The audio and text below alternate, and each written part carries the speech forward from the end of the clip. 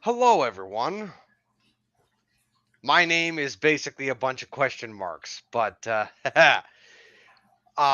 welcome to TEE TV. Today, we're going to be discussing Saw 6 and Attack on Titan Season 4, also known as the final season. With me today, as always, is Damian and Stone. Say hello, guys. Good morning. I am the founding stone. The Founding Nice. Stone. Okay. And I say, bow down on both knees, bitches. Yeah, so as we start with our discussions, I think we're going to jump straight in to Saw 6. And gonna say it wasn't bad. Like it's been a long time since I watched, like, oh my god, I say this all the time, saying like, oh yeah, I haven't seen this movie in years. Well, in this case, it is a movie I have not seen in years. Yeah, like what was this? 2009, I think, for this one. Yeah, I think so. Yeah, but I've only ever seen Saw 6 once, I believe. And yeah, it's just Saw 6 wasn't bad. I mean, the traps were about what you would expect at this point in the Saw franchise, where at this point the franchise becomes basically torture or gore porn, basically. That's Especially where. that first one. Oh yeah, where the guy, I think his name was Eddie, he just takes the knife and just starts like chopping off like chunks of his fat. Cutting himself a flank steak. Yeah, and then the woman, I can't remember her name, No. But she's pictured. she decides to pictured here. take the butcher knife and chop off her entire arm. Well, she And starts with a regular knife. Even Yeah. though she's cut the option, she goes the hard way. yeah, she goes the hard way. And I gotta say, I was telling you about this, Damian, when I was watching the movie. I was eating food when I watched that. I did the same, and I was like, Charles warned me about this, but I didn't listen. Yeah, it's just like, I mean, should I be eating during this scene? I mean, I'm not entirely sure. It's just like, I mean, I'm eating a McDonald's McGriddle while watching this. I'm sitting on my chair watching the scene as she's chopping her arm off, and I'm just chowing down on a McDonald's McGriddle, going, this is so tasty. Oh, look, she just chopped her arm off. And I've I'm like, eaten. what the fuck? I've eaten spaghetti while watching Evil Dead. Well, I mean, that's Evil Dead, man. I mean, Eating pizza Yeah, I while was watching sitting Evil there. Dead too. I was sitting there eating some pork, watching that pound of flesh scene. I was like, would I give up this delicious pork to get out of that room? I don't know. This is good. But also, this is fucked up. I can't tell well, you things yeah, I've it's just, eaten. and it also kind of sucks what happened to Eddie, because those screws just like screwed right into his temple, which I'm Yep, like, that's oh man, that sucks. That sucks for him. Them things are thick. Them things are thick, dull, rusty. Yeah, which also, can we jump forward a little bit where Erickson is investigating the crime scene where Eddie had died, and they use the black light and they see the fingerprints on his eyelids, and yeah, they say like, oh, it's Agent Strom's fingerprints, and I'm like, huh, okay. And then of course, yeah, it's just like, where did they get Strom's fingerprints, huh? Like, seriously, where did they get them? Hey, did anybody fun fact time real quick? Does anybody recognize Detective Gibson? Detective who? Detective Gibson. Unless I'm in the wrong one here. Gibson. Gibson. Unless I flash forward, damn it. Was he in the next installment? Okay, maybe he was. Might be, because this one you had Erickson. God damn it, sorry. They revealed, was it Perez is still alive, and then you had Hoffman. I think that was that was pretty it. much it. That Yeah. was all that was there. And then Oh, there that's was right. the Asian woman that was like the tech specialist that was trying Yeah. to trying to figure out who actually was behind the voice alteration on the tape. And then that's it. That was all that was there. My bad. I went to a zone and flash forward some more, but apologies. Let me scale it back. Let me scale it back some. Yeah. But I would say this. I would say they got more brutal, of course, because they got more brutal because mainly as we started getting flashbacks, he was starting to sabotage things, throw in, throw in little, throw in little mind worms that, that sort of cause issues. And there was always this tension between him and John because he was leveraging him. It wasn't like a recruitment or a mentorship. He was leveraging him at that point.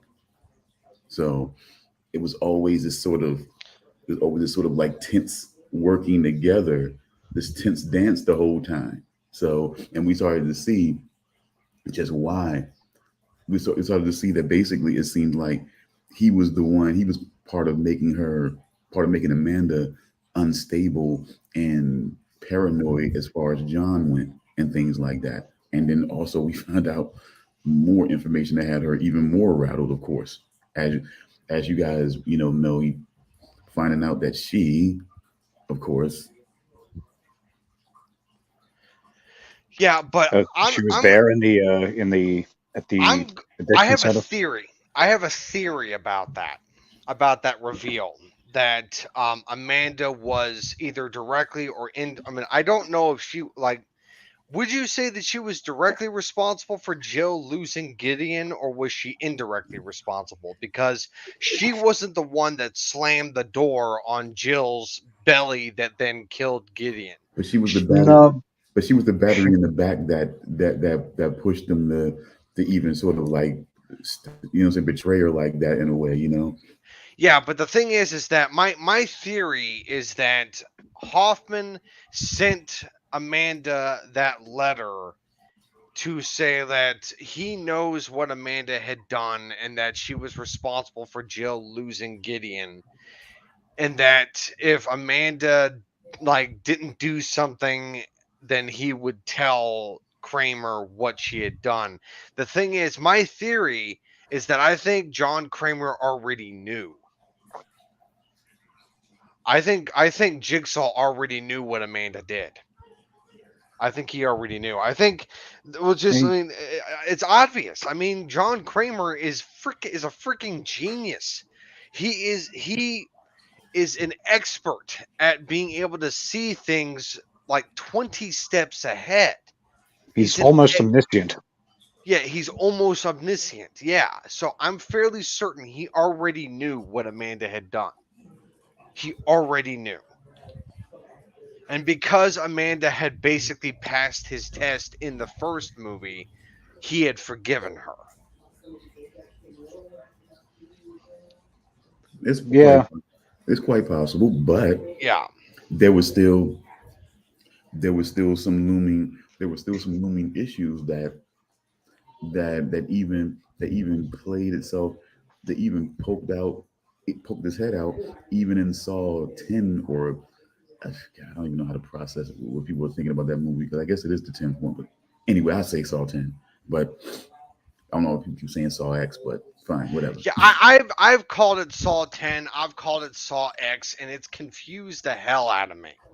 I mean, just I understand Roman numerals, but yet sometimes on pure instinct, I'm like, oh, that's the X, not Roman numeral. It's like Saw X. It's like, But yeah, stands for Jesus. extreme. Oh, but Yeah, certain it's Saw Extreme Edition. but certain yeah. but we say certain philosophical issues have always kind of come out between, they have come out between John and Amanda more than once. And so that was still something that was there even outside of the revelation. So, and I think that basically he had basically sent her first initially into paranoia of thinking that John wanted to replace her, and then getting to the point of leveraging her to actually harm to actually harm the doctor that was treating him. I guess to even further sabotage the situation. Mm. I mean, and ultimately, I think that the goal that he was trying to strike is the goal that he ultimately reached, which was John being killed. So what you're saying is that John being killed was Hoffman's ultimate goal? Definitely, because if you felt like something, if you felt like something that would take, because if he knew as much, if he knew almost as much as John knew about the situation with the people that were in the game, then he knew that that basically that guy is a chance that he may or may not forgive him. It's a chance that him seeing all of that will cause him to kill, what I'm saying, cause him to kill Amanda at the very least, and and possibly take him out. He just basically knew that if he tried to throw one monkey wrench to that situation, that it could at least lead to that, or at the very least leave John vulnerable without Amanda there. At the very least. Okay. Okay. Thing is, though, Hoffman was also under the impression that if anything happened to Jigsaw, he'd be fucked. Yeah, and If he if he that if he if he directly did something to him, yeah. If he directly did something to him, sure. Well, when he put it to him, I think he pretty much just said, if, did he say if I disappear or something like that, Yeah, the truth will come out. but that's what like I said, that's if that's of course if he did something to him. That's why he enacted that whole well, thing. no, if something happened to Jigsaw, if he disappeared, then the truth about what Hoffman had done would come out.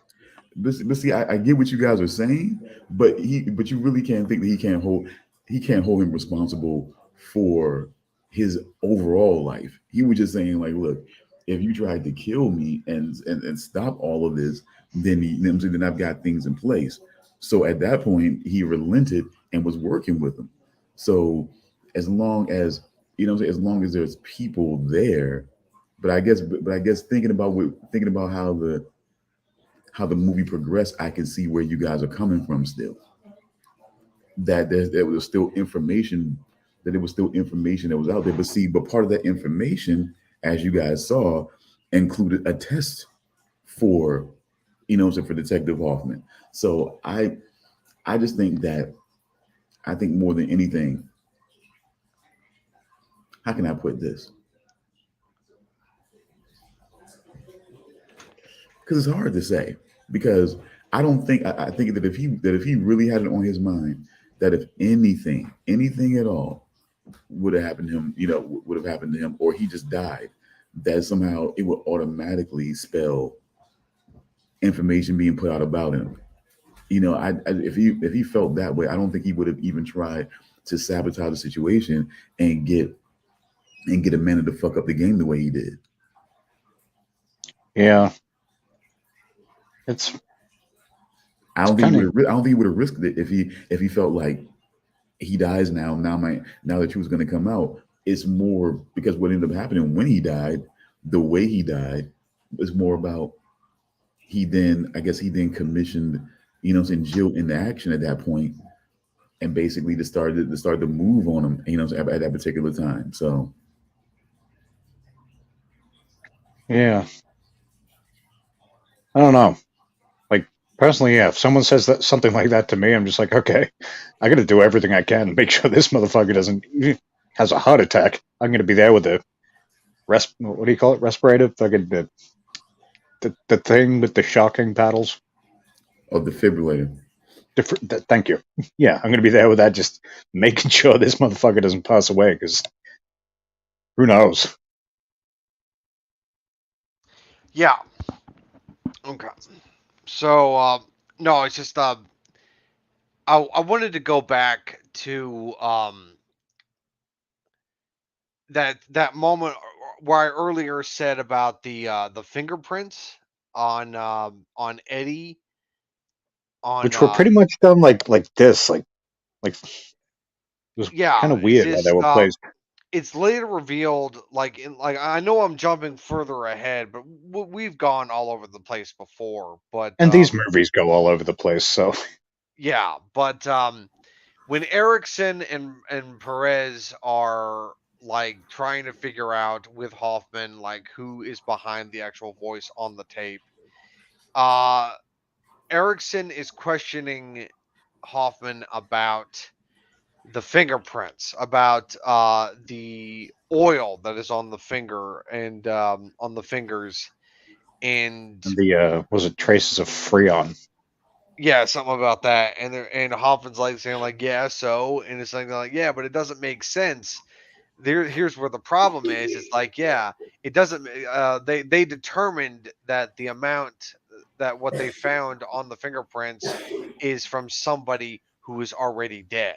So they were able to determine that when Hoffman put the fingerprints on Eddie's eyelids, that he used Strom's severed hand, and they were able to determine that Strom was already dead, and that put suspicion on Hoffman. And at that point, I was like, Hoffman, are you a goddamn amateur? I mean, It really really fumbled that one. it's just, I mean, no, it's just.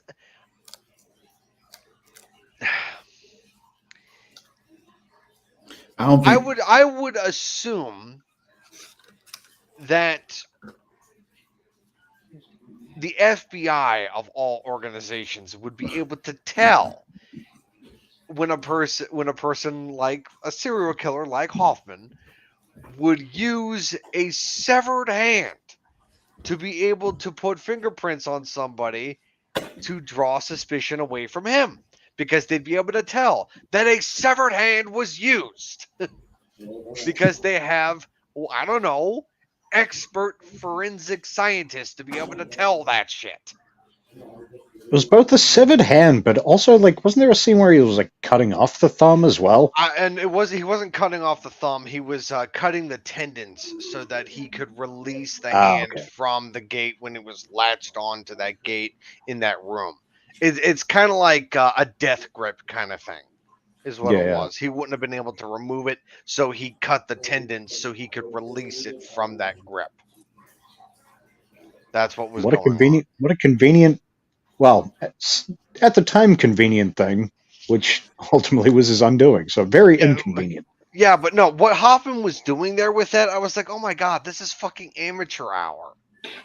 I mean, it has to be. I mean, oh my god. Just put a thumbprint here, a thumbprint there, and that's it. Everything's fixed. He's supposed to. I mean, oh my god, it's like, how the hell did this guy avoid capture for so fucking long? And then with the whole voice thing, I'm like, what is this Scream now? Whether he's just got a Jigsaw fucking voice app. Oh my god! I don't fucking know. But it's just, I'm gonna quote Detective Matthews from the earlier movie. What was it? I can't remember what movie it was, but he said this to Amanda Young: "You're no Jigsaw, bitch." That was okay. That was going to be. That could be 3 or 4 toward the end there. That could be. I think it was 3. It could be toward the end of 3. It could be toward the end of 3, or it could be 4. You know. No. It was 2. I think it was either 2 or 3. What? It was either 2 or 3. I think it was 3. Because I think in 2, pretty much his last pieces of dialogue were just, "You fucking bitch! I'll kill you! You fucking bitch!" Okay, all right, fine. And then oh wait, slam. no, it was. It might have been either. Or yeah, it was probably 3, or it might have been. It might have. No. Yeah, it was probably 3. Yeah. But yeah. Detective Matthews just said like, "You're not Jigsaw, bitch," and yeah, I'm saying that to Hoffman. I am, because he's not fucking Jigsaw. Because Jigsaw wouldn't have made a mistake like that. And look, just a little advice from me, Charles. Don't worry when you're making a reference or a quote. Don't step on the awesome reference by having the place where the reference comes from. If you just say the Saw movie or whatever, people accept that. Yeah, Okay, all right, I fine. know, Yeah. I know you, I know you want to make sure you get the details right and where it comes from, and I respect that. I'm just saying that for the dynamicism of your statement, which was great, still, by the way, just you don't always have to be exactly accurate on where it came from, because sometimes it just takes away from the reference, sometimes. Yeah, I can definitely see that. I can, but But still, it's all good. I'm just trying to uh, help you. I'm not saying it does anything negative for the show. I'm just saying for you and that great statement. You know, what I'm saying, we don't we'll if we needed to, if there was somebody out there really dying to find out what movie was that from, they'll look it up. But oh if you yeah, do, of course. but if you do have it, I mean, great. But if you don't beat yourself up trying to figure out what reference it comes from. Is all I'm saying. Yeah, of course. But no, Especially it's in movies just like these where it's fucking, it almost literally could be anywhere. Especially in flashbacks and things like that, you never know. yeah. Exactly. Just But all over the no, place. no, it's just. I mean, we haven't gotten to the movie yet, but something happens in Saw 7, which I know it's called Saw the Final Chapter, but due to the other sequels that happen after Saw the Final Chapter, I refuse to call it that. I just call They it call it Saw Saw 7 3D. now. They Yeah, call it I Saw was going to 3D. say, yeah, exactly. Go with Saw 3D. I'm not going to call it that either. I just call it Saw 7 now because I mean, that's what it is. I mean, it's not the final chapter anymore because we have Jigsaw and Spiral now, and we have Saw 10. I almost said Saw X, and Extreme. Saw Extreme. Fuck yeah. Yeah. Just see Jigsaw just doing some sick tricks on a snowboard. You want to Oh watch me man. go down this half pipe? I bet I do a kickflip. You're going to watch. And have Amanda Young do some BMX tricks or something. Oh man, what the hell? All right, but no, it's just in Saw 7 because I'm not. Yeah, my voice broke there for a second. Yeah, in Saw. Puberty's a funny thing, isn't it? Yeah, but in Saw 7, something happens to a certain character. I'm not talking about Betsy Russell. I'm talking about Hoffman, and we end up getting a reveal that I'm not going to get into because it is very spoilery. I will say that Saw 7 is probably the weakest of the movies. I'm not. Yeah, that's pretty much my memory of it. I don't remember Yeah, it being it's just all that. like the whole plot of the movie is just not very good. But like there's a character in the movie that it's just like he's a bit of a charlatan. But that's all I'm going to say on it. But basically, just my whole point here is that something happens to Hoffman that involves a reveal that I am very excited to talk about, but we are not going to be able to talk about until next week. So get ready for that, folks. So yeah, Stay tuned. yes. Did anyone notice in that opening brutal fucking scene that there was a kind of minor joke thrown in there? When Eddie starts cutting into his gut, like he flips open his shirt, starts cutting into her gut, she flips open her shirt too. And Oh so yeah, he's just like, oh yeah, that's right, I'm not a fat fuck. God, shit, what do I do? yeah. It's like she was expecting this big gut to pop out, and she's like, oh, that's right, I'm fit. Fuck. I mean, just She's a fit fuck. Yeah. He's a it's fat fuck, she's a fit fuck. just Yin and yang. it is psychological. You just you see somebody else and you think, okay, it's more psychological than anything. Adrenaline competition. Mixing together as one at that point, and then you just automatically you see a person doing something and you figure, okay, I'll just try to do that. If they're willing to do that, I could try to do that maybe faster or whatever or more, and then like I said, but then you kind of flash back to the reality of the situation, and then you have to do something else. That's kind of like, it's sort of like I'd have to cut out my organs if I'm going to do anything. Oh yeah, and Yeah, she we'll go for the definitely arm. wouldn't have survived something like that. Oh no. Whereas he's got plenty to spare. Well, yeah, just like you stab him in the stomach, and I mean, you're not going to hit any major organs because guess what? He's a fat fuck. You'd need a machete to get all the way to anything. Yeah, it's kind of like what Brendan Fraser had said in the movie The Whale, which is a movie I saw fairly recently. It is a very good movie, and there's a scene in the movie where he pisses off his live-in nurse, and she like threatens to stab him, and he just looks at her and says, "Go ahead." There's no like you'll have to like stab pretty deep because you have to go through like 2 feet of like fat to even hit anything vital. Yeah, it's like good luck finding a spot that's not completely protected. Yeah, exactly. And I'm like, well, that's not necessarily a good thing, buddy. Like, Oh, you're going to stab me in the neck? I have no neck. Joke's on you, stupid. yeah, exactly. Which also, for the record, guys, that is a very good movie, and I highly recommend it. I've heard it's good. Heard it's very sad. It is very sad. It is a very sad movie, but it is a very good movie. I don't know if Brendan Fraser's not swinging from trees playing low budget Tarzan. I don't know if I Oh want to my see it. god! Really, we're going back to George of the Jungle. I'm just saying. Childhood memories. I mean, that is childhood. You reckon that movie would hold up? I grew up on George of the Jungle, but you think that would hold up? What you mean? What do you mean? No, I don't think I would. I don't think it would hold up to see an elephant behaving like a dog. I don't even remember that part. Oh yeah, I remember that part quite vividly.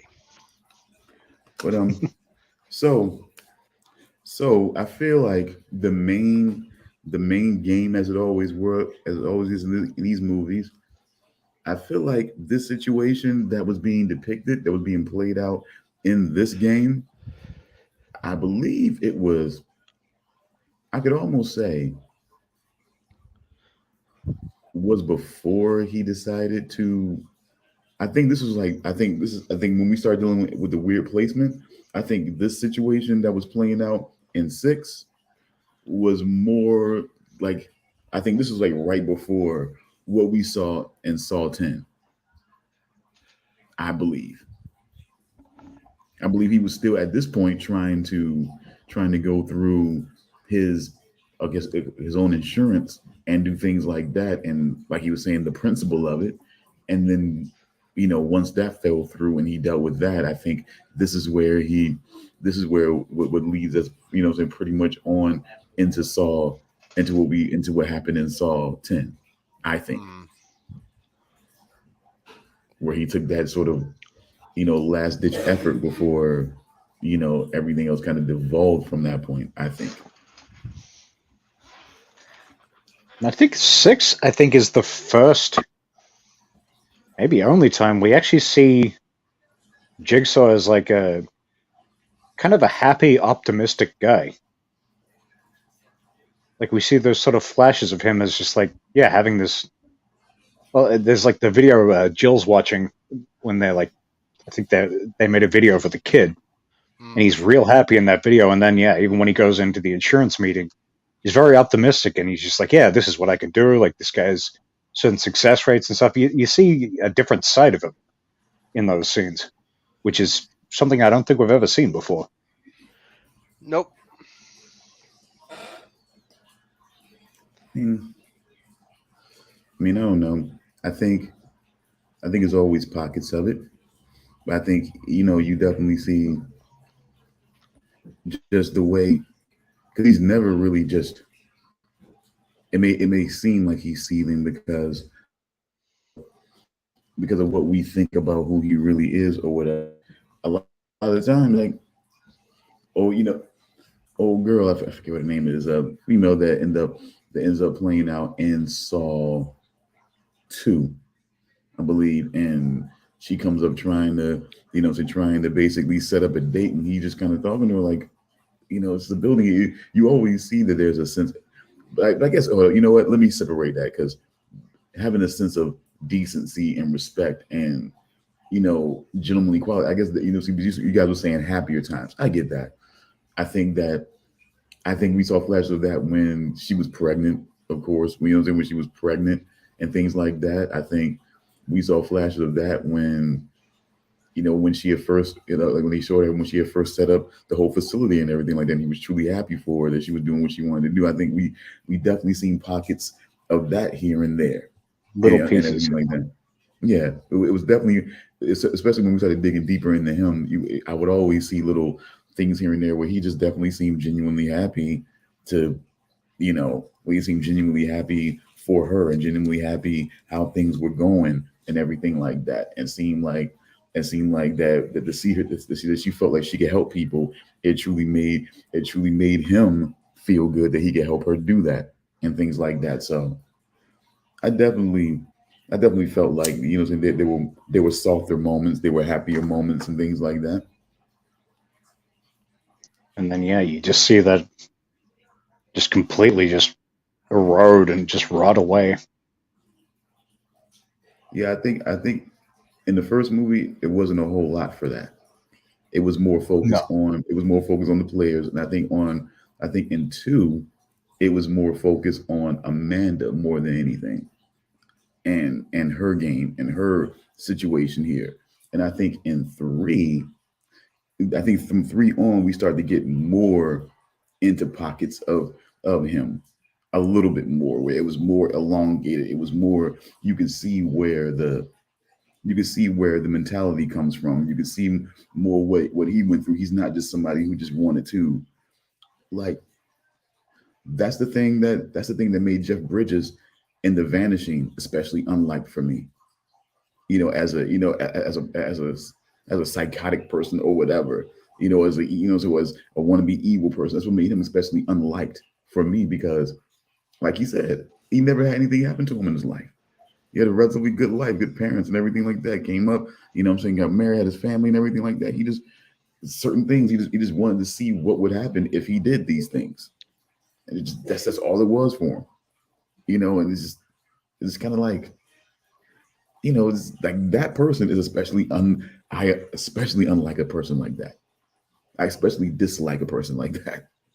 But when you guys, Whereas Jigsaw, we actually see the sequence, well, pieced throughout a bunch of these movies. We see the sequence of events that ultimately led to him becoming what he became.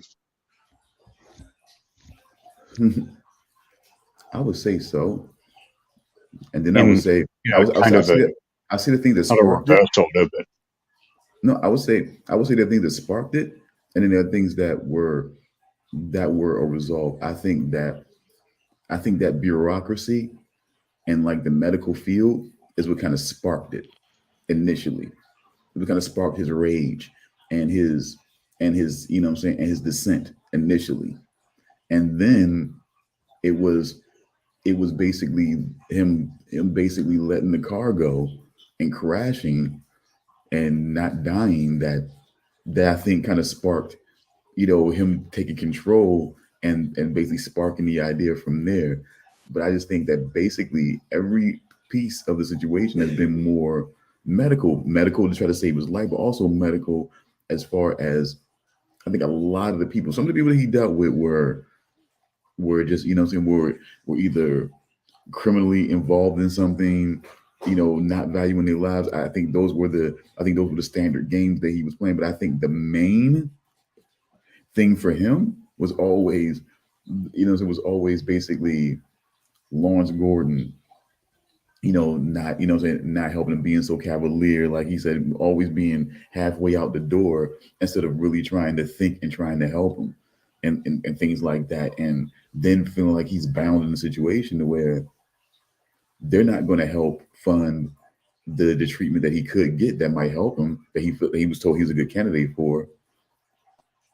And I'm not sure, like, was that the person that he was speaking about, was that the same person that was named in Saw 10? I haven't seen it, so I can't say. Well, you have okay. Charles, Because I wasn't paying attention and I should have been. I remember the conversation, but I wasn't thinking on the name or the name from from Saw 10 of the Doctor. I wonder if that was one and the same. I might have to go back and review Oh, on what that. movie is it again? Still talking about Saw 6, but when he had the conversation with the I'll back in a with sec. all right, Okay. when we had the conversation with the guy who was the head of the insurance company or head of that program that basically screwed him out of treatment. He was talking to him about a doctor that was speaking about treatments but see, you know what? Now that I think about it, it was in another look. Nah, it was, but it wasn't. Oh, you're talking about that scene in Saw 6 where he's talking to the insurance guy about that experimental treatment in Norway. Okay, so it was that guy, wasn't it? That takes place in Saw 10? Yeah. No, it's not the same. Are you sure it's not Yes. that guy? Yes, I'm Because sure. It's not the same. I thought that too, and then I really thought about it, and it's like, no, it's not the same. because I know that where he went was not Norway and No, look, Saw 10, and there was reasons for that, but no. You're right. He didn't go to Norway. He ended up going to Mexico. But the thing is that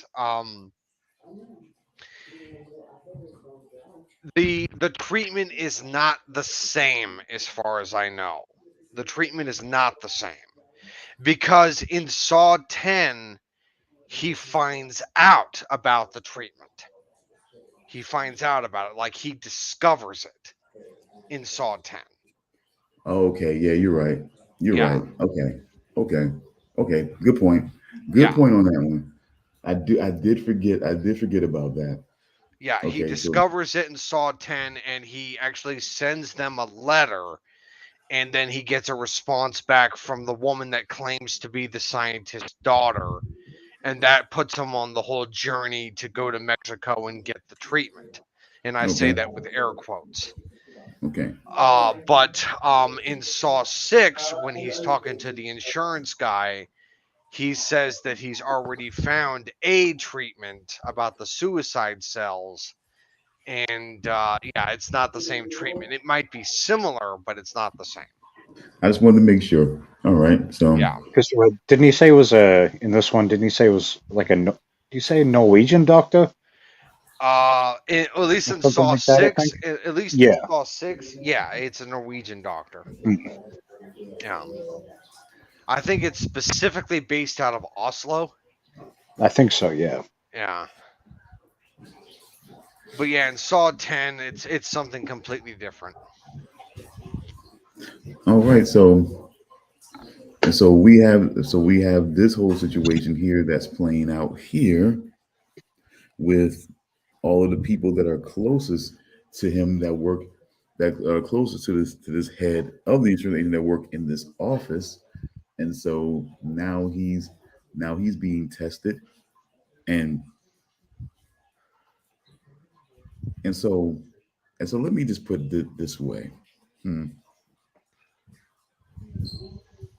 So even so, let me ask you this, because he still ran this game, because obviously Hoffman would have had to set up this whole entire game at this point, and but Jigsaw's dead. So why do you feel like he still? So you feel like he had to set up this game, because he got that. Did I miss that detail? That he had to set up this game because he was still feeling like there was pressure on him. Um, well, like he had that last meeting with Jill Tuck. He had said that he Oh, would take the envelopes, the five envelopes, and I believe what I got from that meeting is he was going to do this last game for yeah. John Kramer, and then after this game was over, Hoffman was going to go off and pick and choose his own games going forward, and he was Yeah. not going to communicate with Jill Tuck anymore after this. Like it was going to be completely over, and Hoffman was going to officially become the new Jigsaw killer, and he was going to go off and do his own thing. He said, like, this is my my last obligation. Pretty After much, this, yeah. I'm done. Done with you. I'm done with him. I think what do you say? From here on out, I work alone. Or from now, I don't know, something about working alone. Yeah, it's something like that. And I don't know. I mean,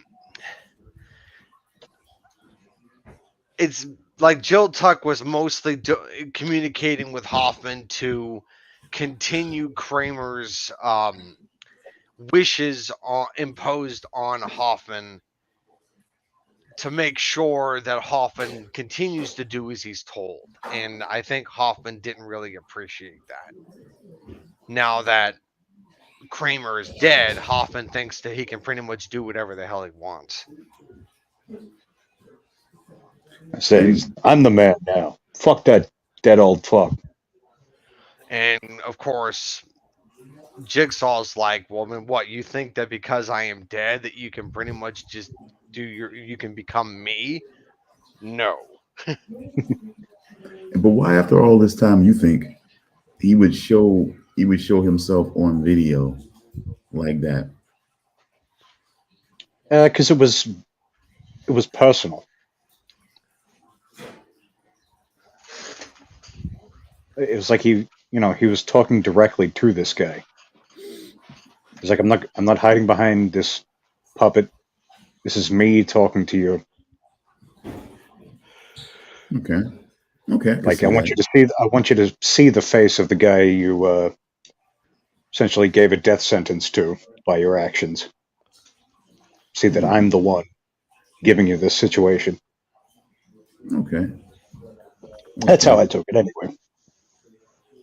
I could, strong point. I could definitely get that. I could definitely see that. And let me see. Like I said, I really have to say, I don't know why. I guess being younger and just being so immersed into the Saw movies, that you would just think that you think, man, it's so complicated, and you're trying to figure this out. But it's like once I sat back in with the stuff, it's like, okay, it's not really that. Like, what was I thinking before? You know what I'm saying? It's like, it does have complexity. No, I'm not saying it like that, but it's not as complex as I was making it in my mind, I guess, after seeing so many of the movies, I guess. So I would say like watching them all so close together instead of a year apart or whatever with each one. It's more the timeline. It's probably the most complicated part. Trying to figure out exactly where everything fits. at first, with the first few movies, it was pretty. I think everything was moving. I think everything was moving pretty set. It's just that we didn't see certain pieces in the background that were there and things Yeah. like that.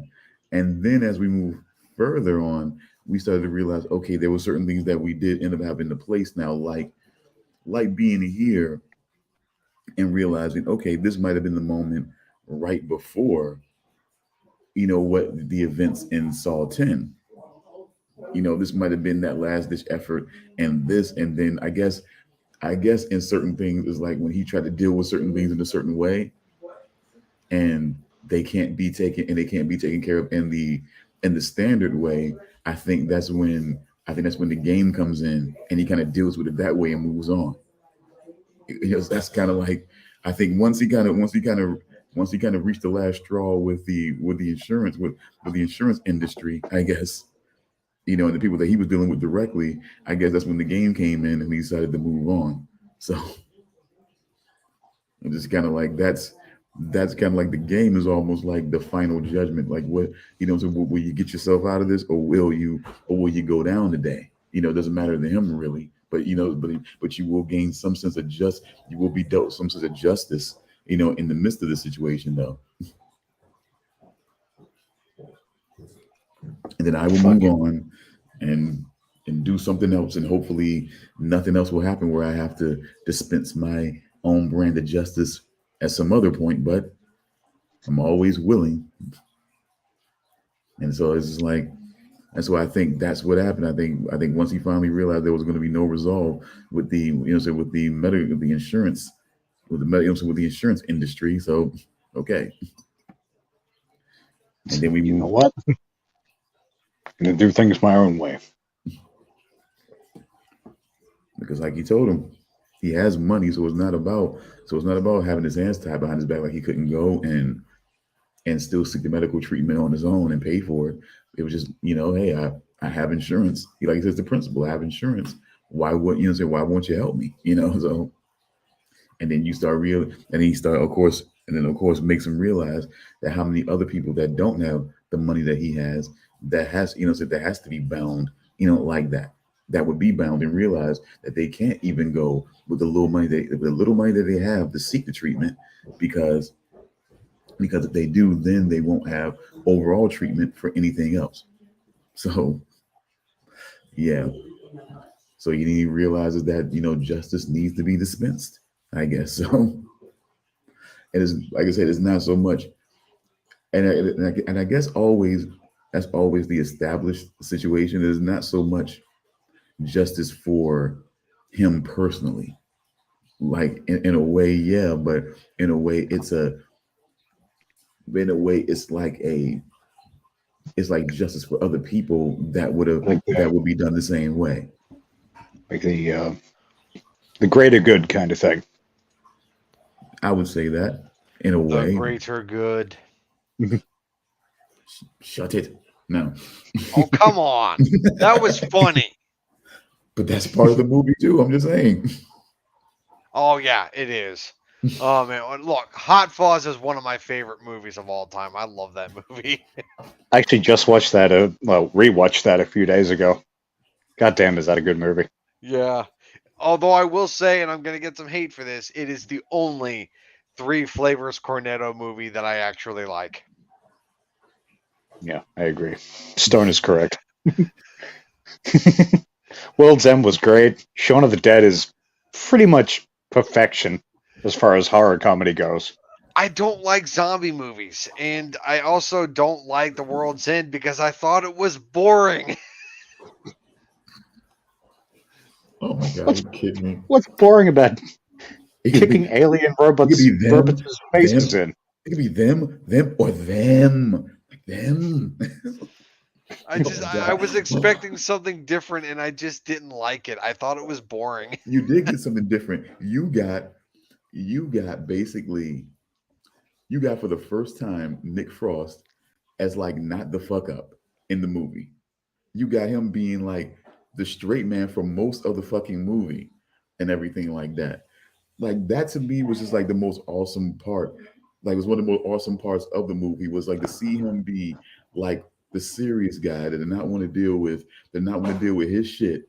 And They're doing this pub crawl. He's drinking water. He's like, oh, wait, calls him a pussy basically for not drinking beer. He's like, yeah, that's fine. Fuck you. I'm drinking water. No, he gave him the story, which was to anybody else who's not King Gary, who's not King Gary at that point. Like you talk about, yeah, a bunch of fucking rough ass, bruised up, painted, some guys with war paint in a bar, all drinking fucking beer, and I'm drinking water. He's like, yeah, man, to be able to do that, that's fucking balls right there. You know what I'm saying? And it's like, it's like if anybody else who understands that, it is. Like you got all your boys in there, man. Y'all just whoop some ass on that fucking field. You know what I'm saying? Like, because I personally never played technical rugby, but where I come from, what neighborhoods I come from, we pretty much played a game called hot ball. That pretty much was a very, very amateur street level form of rugby because we got our own little fucking scrum. It was like everybody was their own, except that everybody was their own fucking entity on the field. There was no teams. Like you could have 5-6 guys out there, just a free for all on the field. And the game, and the thing was, there's a football in between us. We get in the scrum, and until somebody has enough courage to grab that fucking ball and run. And you don't. And the thing is, you don't run to the. It's like two goals each, to each side, and we're in the middle of this field. And the thing is, one of the rules is you don't run to the shortest to the shortest, you know what I'm saying, goal. You know what I'm saying? That's a cheap move. You know, you run, you know what I'm saying, you run to the furthest one down there, you know, you gotta earn it, you know, once you grab that ball. And so it's like all 5 other guys are trying to take you down. You go, you know, you go in the goal, then you try to prepare yourself because you got to run back and basically go through all those guys to get to the other touchdown goal. You know, so you're trying to get. It almost sounds like some kind of like a movie about like a post-apocalyptic death sport. Okay, never thought about it like that, but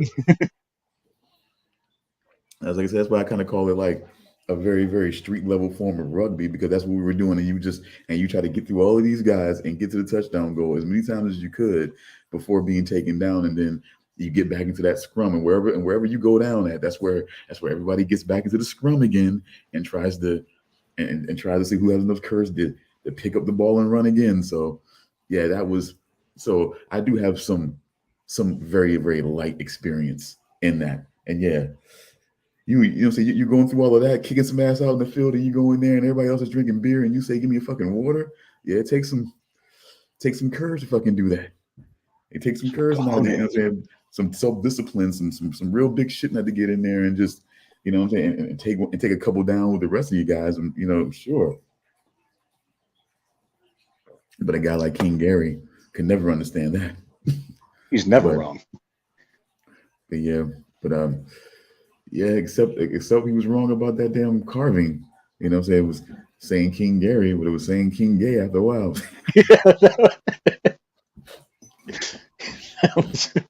Wait, it says King Gay. What the fuck did that? I did that. No. That were me. That's what he said. That were me. Yeah, that's a movie I do wish I went into just completely blind. Because, like, that alien fucking twist, it really, like, if you don't know, which I'm sure the movie was sold on that, but if I just went into that blind, you get, like, the first 35 minutes or so, where it's just going to be, like, shenanigans on a pub crawl. No, alien invasion. Shit goes nuts. But then I don't know. It's true. It would be boring. It would have been a little more boring in that way because eventually it was dealing with the fact. Because eventually they were really in the midst of this. They were dealing with the fact of realizing that Gary had like been stuck in the same place. Yeah, he never grew up. Grew up. He had the same. I mean, he had the same car that he was sold for like a few $100 20 years ago. But see, not grew up. Yeah, I mean, we can douse the Peter Pan situation on this, but it's more like stuck in place. Like yeah, not growing up. He grew up, but then just kind of got stuck. But you could be like not growing up and living a young life and not really having any real responsibilities, and you're just moving on and doing whatever it is that you're doing and enjoying your life. But with Gary, it was like he was stuck. It was more than like, okay, he's a 30 or something or 40-year-old adolescent or whatever. Or you know what I'm saying, or acting like he's always a college student or whatever. It's just like he was stuck, like seriously just stuck. Like there was no college.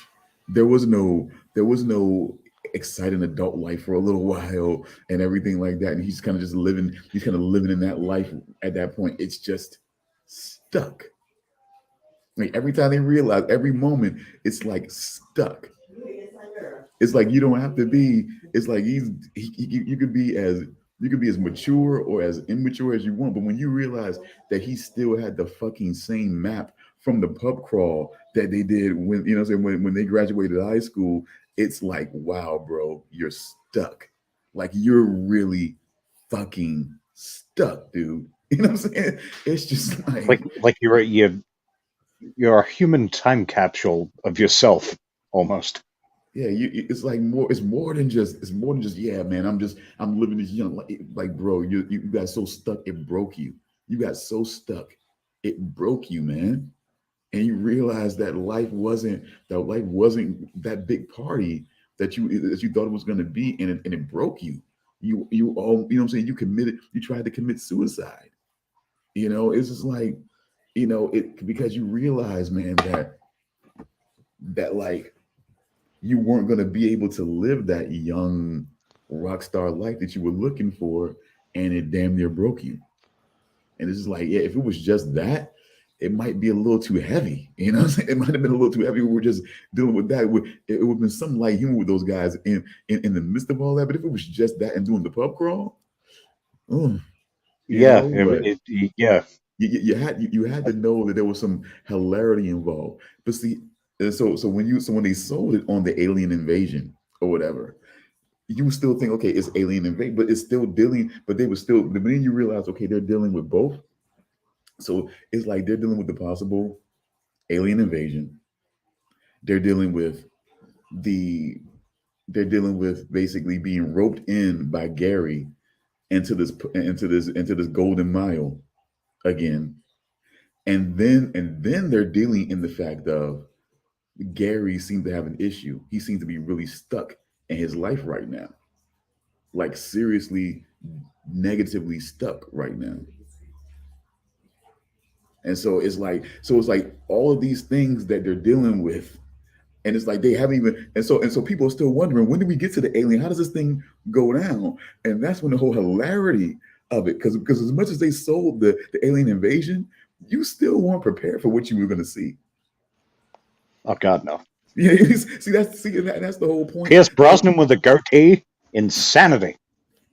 And like, okay, but like I said, see, and but you still weren't prepared for what completely you were going to see and how they were going to respond in the midst of this. And then in the midst of that, you get you get a little bit of the old Nick Frost.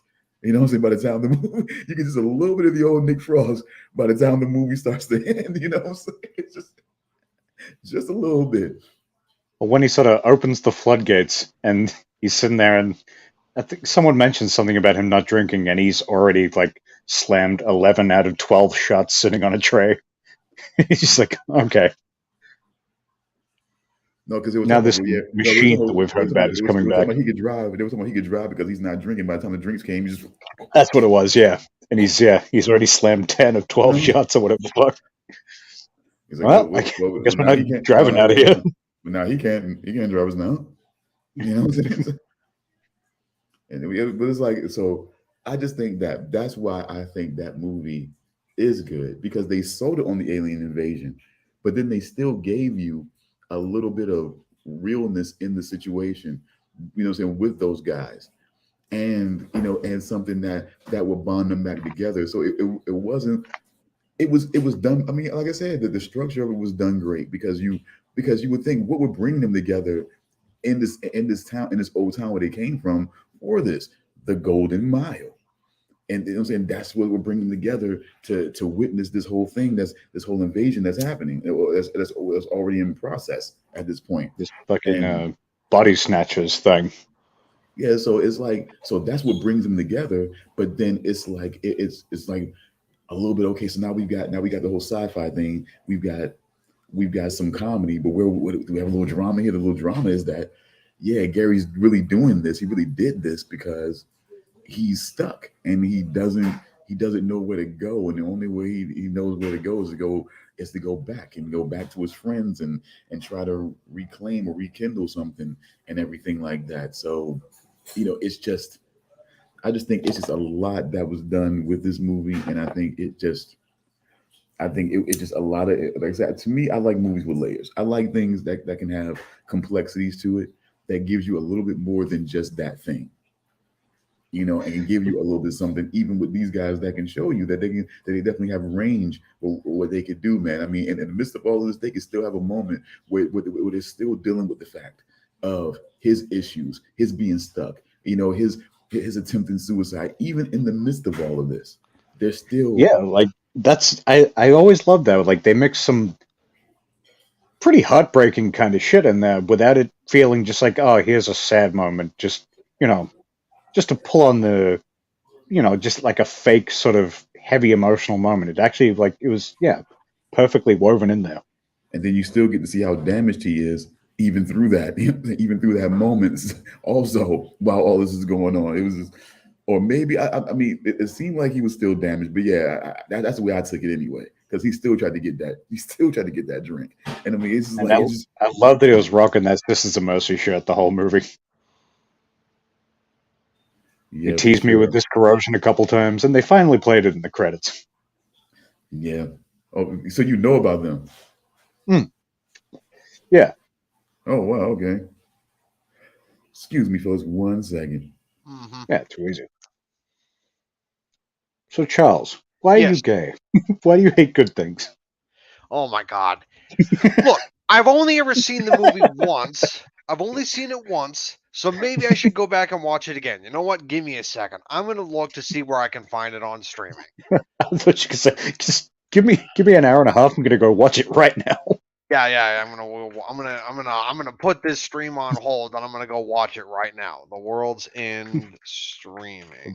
Close this tab of Betsy Russell Google image search, and then I'll Oh open my another tab and look up No, the world's end. I am totally not looking at Google images of Betsy Russell right now. You have no idea what I search. Now I Right. don't know if I Oh want to God know. damn it! Hold on a second. Let's see. It looks like it is shit. Looks like it's only rentable. It's not available for Ah, streaming, a part of a subscription service. gay. Yeah, I can either buy it or I can rent it. Damn it. Yeah, I kind of figured a movie that's 2013. I think that was. Kind of thought by now that would just be somewhere. Shit. All right. Wait. This came out in 2013. Holy shit. That I was think it was 10 years. 2013. Yeah. That is 10 years ago. Holy shit. Yeah. What was the other one I watched with Simon? Paul with Simon Pegg and Nick Frost. That was 2011, I think. That came out before World's Yeah, End? I didn't realize it had been so long.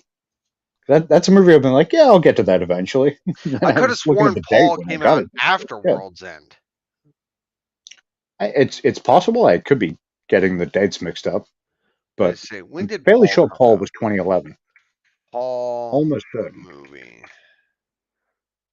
Which that was quite good. Oh yeah, Paul came out in 2011. Yeah. Okay. Yeah. So yeah, it was either 2012 or 2013 for The World's End. I'm fairly sure.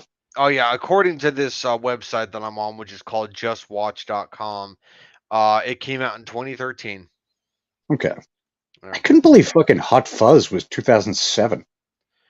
Oh, that I did know. Yeah.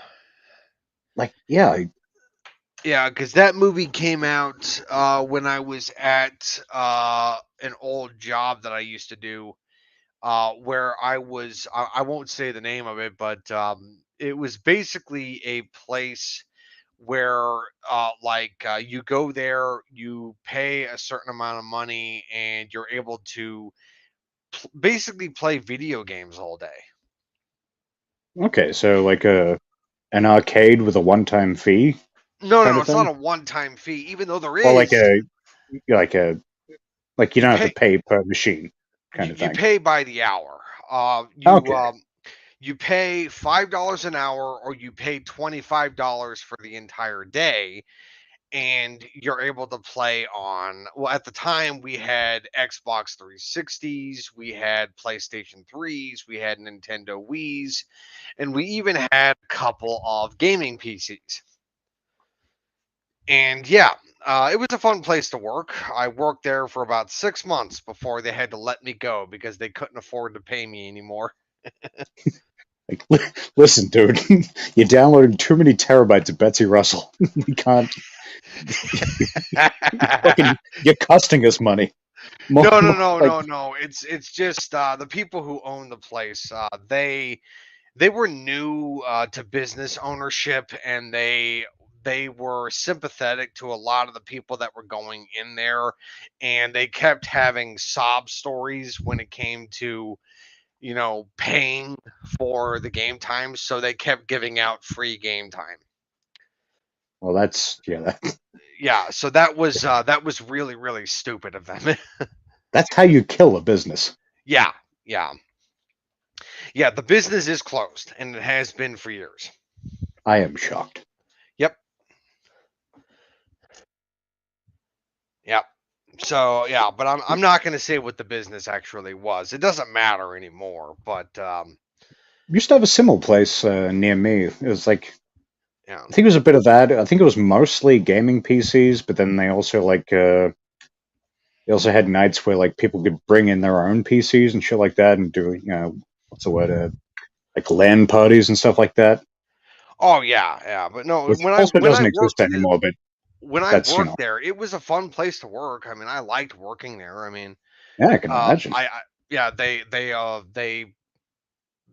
not many people went in there from time to time, and also every Friday night was their all night event where a bunch of kids and their parents would come in. They'd bring pillows, they'd bring their blankets, and they would pay us behind the counter, and they would basically just spend the entire night all into Saturday morning and just play video games. And that night, like every Friday night, I would have to take a caffeine pill and wash it down with a monster energy drink to make Yeah, sure that I stay awake the entire night. And then Saturday morning, I would have to drive myself home and struggle to stay awake on the drive home and not try to get into a car accident. just And occasionally wake up, almost swerved into a fucking semi, and then yeah, that definitely did happen a couple of times. And I would have to, and then as soon as I make it home, I go into my room and I would literally just keel over onto my bed and pass out after a couple of seconds. just fully clothed, just. Uh, Oh yeah, I didn't even bother taking my clothes off. It's just like, yeah, it's just I was just it's like your batteries just went flat. yeah, pretty much. But no, I had fun with those nights. I mean, I didn't play any of the video games. I just mostly just hung out behind the counter. But like But kids still, would yeah, walk up to the just counter, being around it. they'd pay me money for like snacks or drinks or pay for more game time, that kind of thing. Yeah, I Yeah. wonder if that kind of thing even exists anymore. Like I don't. The thing is that I think I'd another have, reason why the business didn't really work that much anymore is because parents finally realized, why would I pay this company $5 an hour or $25 a day when I can just buy my kid an Xbox or a PlayStation and they can just play to their heart's content at our own house at no additional charge. I'd say like occasionally I might have to buy him a game, but ultimately it's going to Yeah. work out cheaper. Yeah, exactly. It's just like, I mean, businesses like this, I mean, sure, they might have worked like years and years ago, but now when it's like relatively convenient to be able to get in like a home console, I mean, companies like that don't really work that much anymore. They really don't. Yeah, because console costs kind of fluctuate, but ultimately, like In the long it's road, it's in the cheaper long just run, to yeah, buy your own console. yeah, exactly. Yeah, in the long road, it's cheaper. So. So I mean, Right. look, I get it. I mean, the bosses that I had at that place, they were good people. I didn't really have a problem with any of them, but they were I nice mean, and if anything, they were too good, and that's why yeah, things failed. yeah. They were good people. They were fine, but yeah, I mean, hell, and the main guy that like controlled the business, I can't, like I barely remember him, but I do remember that it wasn't even his main place of income. Like what he did outside of this place is he was the director of a funeral home. Really, Yeah, what a like weird like. his primary source of income for his family was he was the director of a funeral home. I mean, I guess that I was going to say that what a weird combination, but I guess yeah, if you're director of a funeral home, doing something like that is kind of it makes sense because it's like what I generally do is kind of some bleak shit. like I'm dealing with, peripherally kind of dealing with death a lot of the time. So, if I can run this place where people are just having fun and whatnot, yeah, I could see that. Yeah, but I think the reason why they set up this business is that mostly it was an idea that was given to him by his son. His son was really big into video games, so I think the idea was mostly from his son. Okay. So, And yeah, just to quickly address this, JD Swan comment. You guys also waiting for the finale right now? We are indeed. We've got the second to last episode still, but yeah, waiting for the English dub of the final episode, which I guess we'll probably get to the last two in, let's say, January or February, hopefully, at the yeah, latest. hopefully, yeah. Like, I'm really hoping, just given that it is the last episode, they hurry the fuck up and just get it out. Yeah, but who knows when that will be. I'm just going to patiently wait until it happens, and then I'll just cough up the $8 and watch it on Crunchyroll, and then I'll just shut down my sub. I gotta say, sorry, you go. Oh no, I gotta say, I was sitting here because I know this thing is just kind of coming around. I didn't think it was sort of like exclusive still. I didn't, because you never really heard of YouTube TV. I've heard of YouTube TV. I won't use YouTube TV. Why? Because you still get advertisements. If I end up paying for a sub for a streaming service, I refuse to have advertisements. So if I still get advertisements for that service, I'm not going to freaking pay for it. Well, number one is TV, but on the I would say on the sort of positive alternative side of it, everyone every so often they do have this option to where you can press the skip and they'll just give you these nice little nature views, while getting, where the ads usually would be. That's usually fun sometimes. Usually fun, huh? I get to look at a bird's asshole. Yeah, because it's TV, so it's commercials. It's like you say ads, I say commercials because it's TV. So it's not like you're watching something, and then they also have where they also have sort of like their own version of video on demand or DVR or whatever, where you can watch something else, and you can skip through a lot of the, a lot of the bullshit, a lot of the ads that might, or commercials that might be there in the midst of that. If it is a TV show or something like that or whatever, So, I mean, I like it, and apparently it's made it incredibly easy for me to basically view Attack on Titan, because guys, you do realize it was on Cartoon Network and Toonami. Really? Yeah. Well, I was able to watch most of the show on Hulu. I only got the last 2 episodes to get through.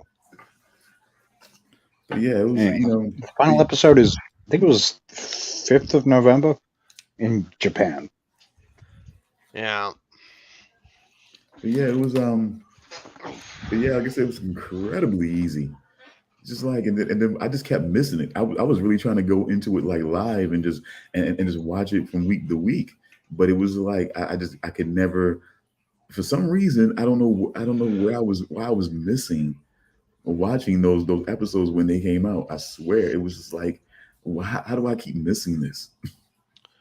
It's like I could never catch them.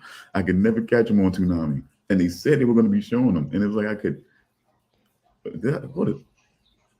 Because Toonami's like a normal time slot, right? It's not like Adult Swim where it's like, like 1 to 4 a.m. or something like that. Always Saturday, always starts around 11 or 12 midnight. Eastern time. So Toonami leads directly into Adult Swim. Pretty much. I mean, but see, once we're talking about Saturday, it pretty much just takes over. So, whatever gets shown, but it's like once Saturday hits and it hits midnight around that time, that's when Toonami takes over, and it's mostly like a lot of anime type stuff. Mostly, then when you get into the later nights, you get into the the other shit. Of course, there's always going to be Adult Swim before they morph back into their kinder, gentler selves in Cartoon Network. all of a sudden you go from seeing Metalocalypse or your Pretty Little Faces going to hell. Then next thing you know, you got the wonderful world of Gumball. What the hell? Fucking Johnny Bravo or something. Like, oh my god! No, it's always something extra kitty when they start early in the damn morning, right after some crazy Adult Swim shit. And like I said, Speaking of Adult Swim, either of you an Aqua Teen Hunger Force fan? I used to watch it, but I never watched it enough to truly appreciate it. Okay, well, yeah, it's like a mini season coming back in November.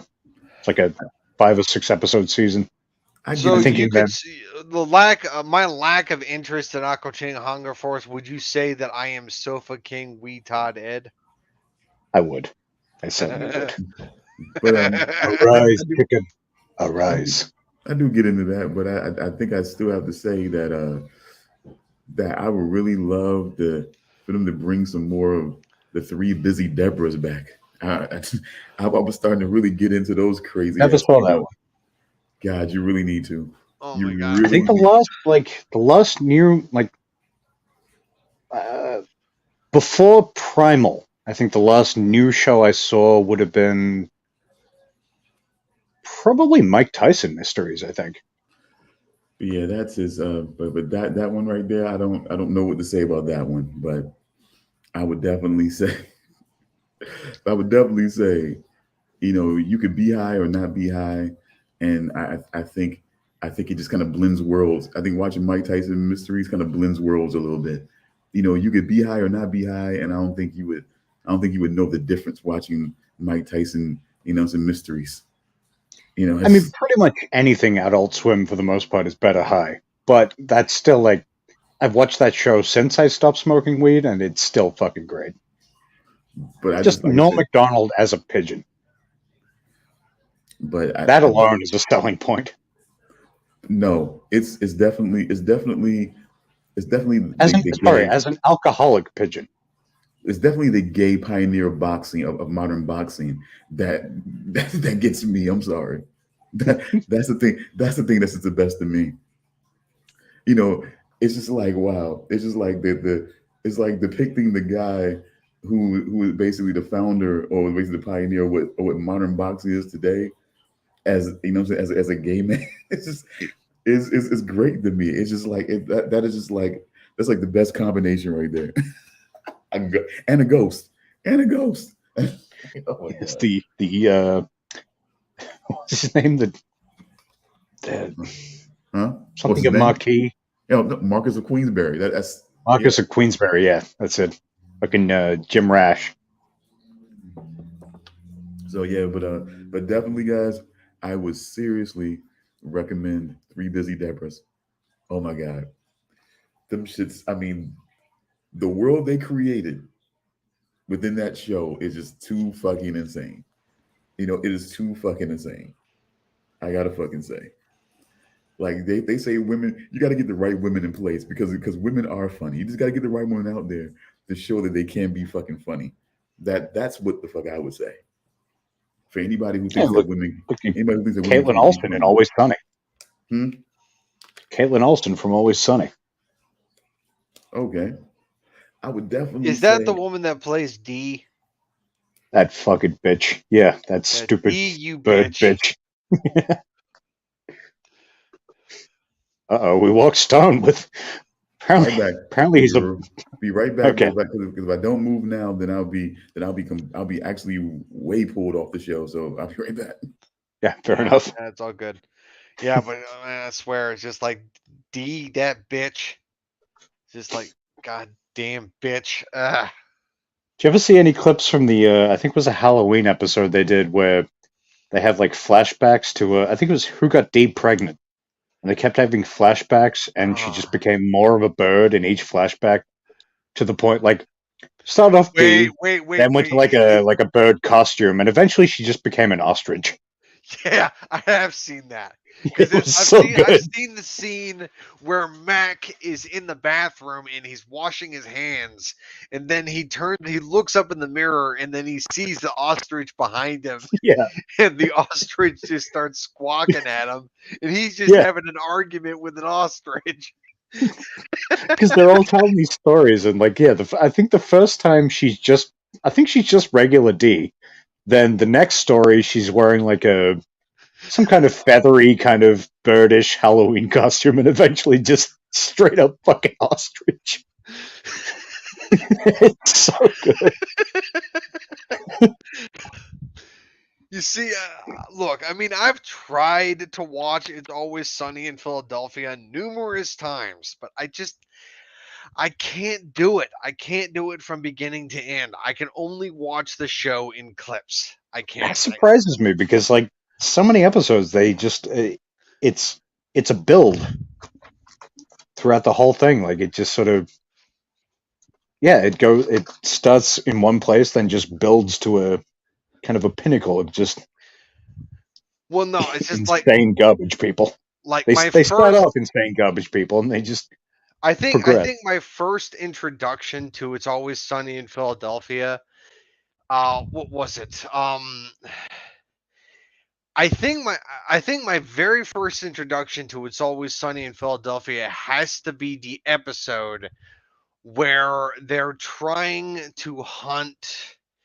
What was the name of the homeless guy? I can't remember his Cricket. name. Huh? The Cricket. Cricket? Yeah. The They're trying. They're is that trying the to one where hunt. they? They're trying to hunt him. Mac and Dennis are trying to hunt him.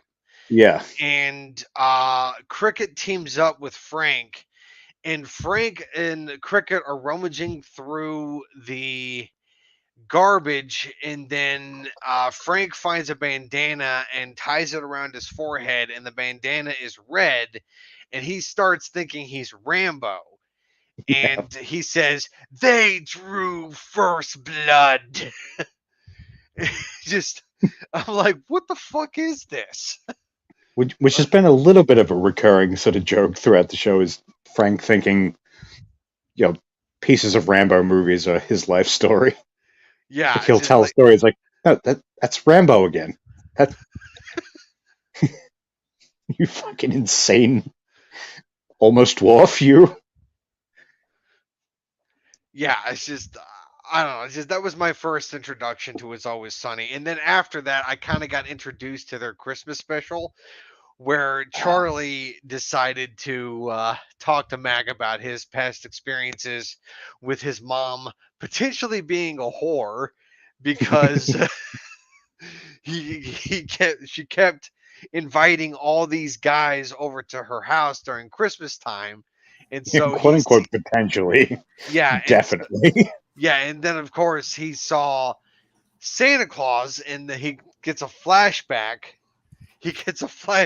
And he decides to go into, well, he starts to go in this whole trance thing, walks up to Santa and sits on his lap, and then Santa looks at Mac and he says, "Is he wee tothead?"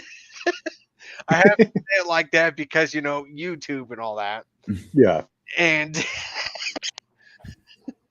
Mac goes like, he just shrugs. And then Santa says like, "Oh, I don't care.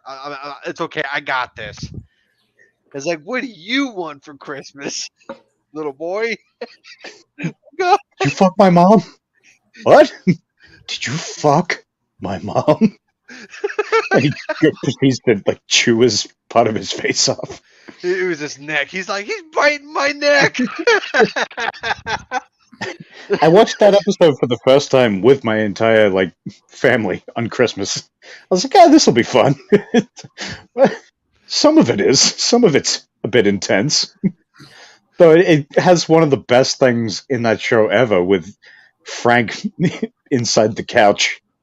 Oh, that's the Christmas special? I'm fairly sure that was a Christmas special where he comes out all greased up and naked.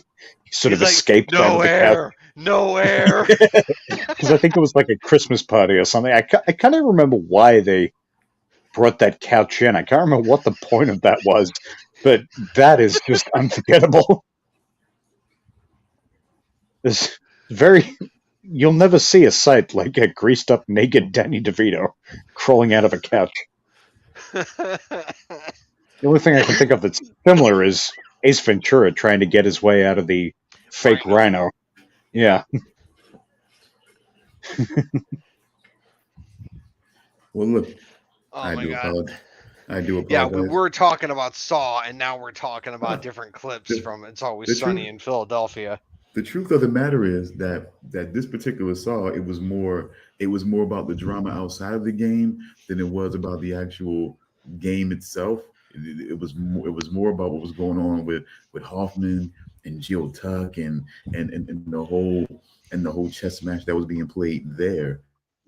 How a dead John Kramer still figured big in this whole situation. But let's just go ahead and quit. I have no problem. The first one, I mean, so thinking, so let's just go ahead and I guess do the sort of deductions in the situation. I guess, what would you think, thinking about those two employees of his that were set up on those little pedestals or whatever, and all those little Oh yeah. planks. I mean, how do you feel about his choice? Let me ask that way. How do you feel about his choice? This was like the what do you call it? The merry-go-round with the shotgun. It's not a The one merry-go-round, but before that. The one before that. The one where he had two people hanging, where they had two people on the short planks, and they were basically had a barbed wire noose and everything like that. Like, Yeah, it's the how do you feel about the man, choice he made? the old woman that had diabetes, and yeah, the his man, assistant, I think she was, his or assistant, yeah, secretary, or whatever. and then the man that pretty much was healthy but had no connections in life. Like he had no girlfriend, had no friends, had no family, nothing. He was just strictly a loner. So he sounds like he sounds like an assassin more than an insurance agent. Maybe. To be honest, the choice that he made, I'm fine with the choice he made. But if he had picked the other guy, I think I would have been fine with that choice as well. Because, hear me out. Just hear me out. I'm listening. I'm here. Just because he's a loner does not mean that there are no people in his life.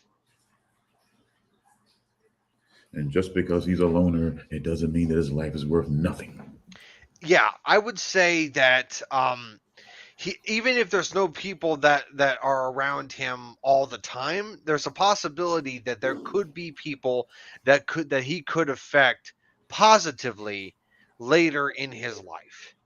That's the thing. Like it's kind of like a well, she's got people to lose in the moment. He still has a whole life ahead of him. So it's Yeah, exactly. yeah. Well, that's the like saying that he hasn't affected anybody now, and then taking his life because he hasn't affected anybody. That's assuming that he never would. And to be honest, I don't like it when people make an assumption like that. and she was older, but she was older though. She right? was older, yes. I'm Whereas just he saying. appeared to be what, like probably late 20s, something like that. I'd say late 20s to very early 30s. I'm Yeah, no age. still I'm no very age. young. Yeah. I'm no ageist, but I don't believe in cutting life short if you don't have to. But I'm no ageist, Yeah. by no means. But I'm not a big component of cutting a younger life short, though. If I don't have to. That's just how I am. This is how I am a little Look, bit. I mean, I wouldn't have wanted to take the woman away from her family. I wouldn't have wanted to do that. But if he had chosen the other guy instead of her, I would have been fine with that choice as well. So what? That's all I'm gonna say. I mean, she had kids. I mean, but they had to be what, 20s? I mean, she had kids. I mean, we're not talking about super young kids though. Yeah, but Yeah, like her kids are probably of a similar age to him. to be honest, I would say that the choice was a shitty choice no matter which way you look at it. I guess. It was a shitty choice either way. I don't know, man. 20-some kid working in an insurance. I mean, really hadn't. I mean, is that what he was really looking for? I mean, it seems like a life that he only lived half the life that she lived, possibly. And she's lived a fuller life. And I mean, they were all in there, and they were all complicit. I mean, it's hard. In real life, we don't.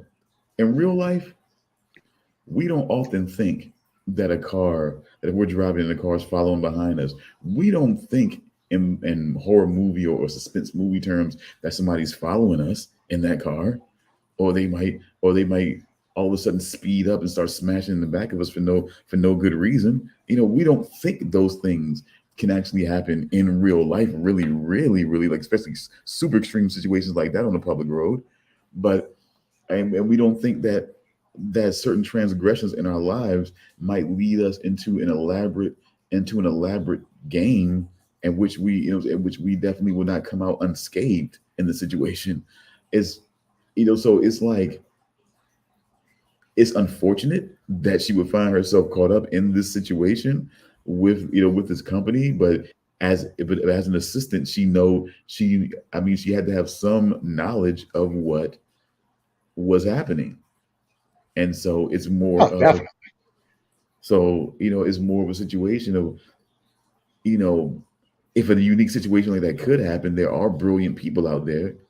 Could would it fuck could in fact that befall us? I mean, you would just have to make that decision where you make a decision on other people's lives. That's the point.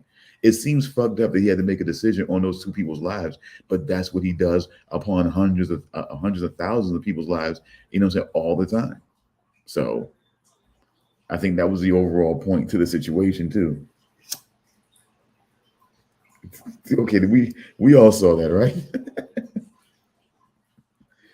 Saw I what? heard the boop. Oh, so you didn't see him back there? You didn't see him backstage? I know who it was. Who was it? The guy was being mean to me in the comments before. Oh, he means this, I think.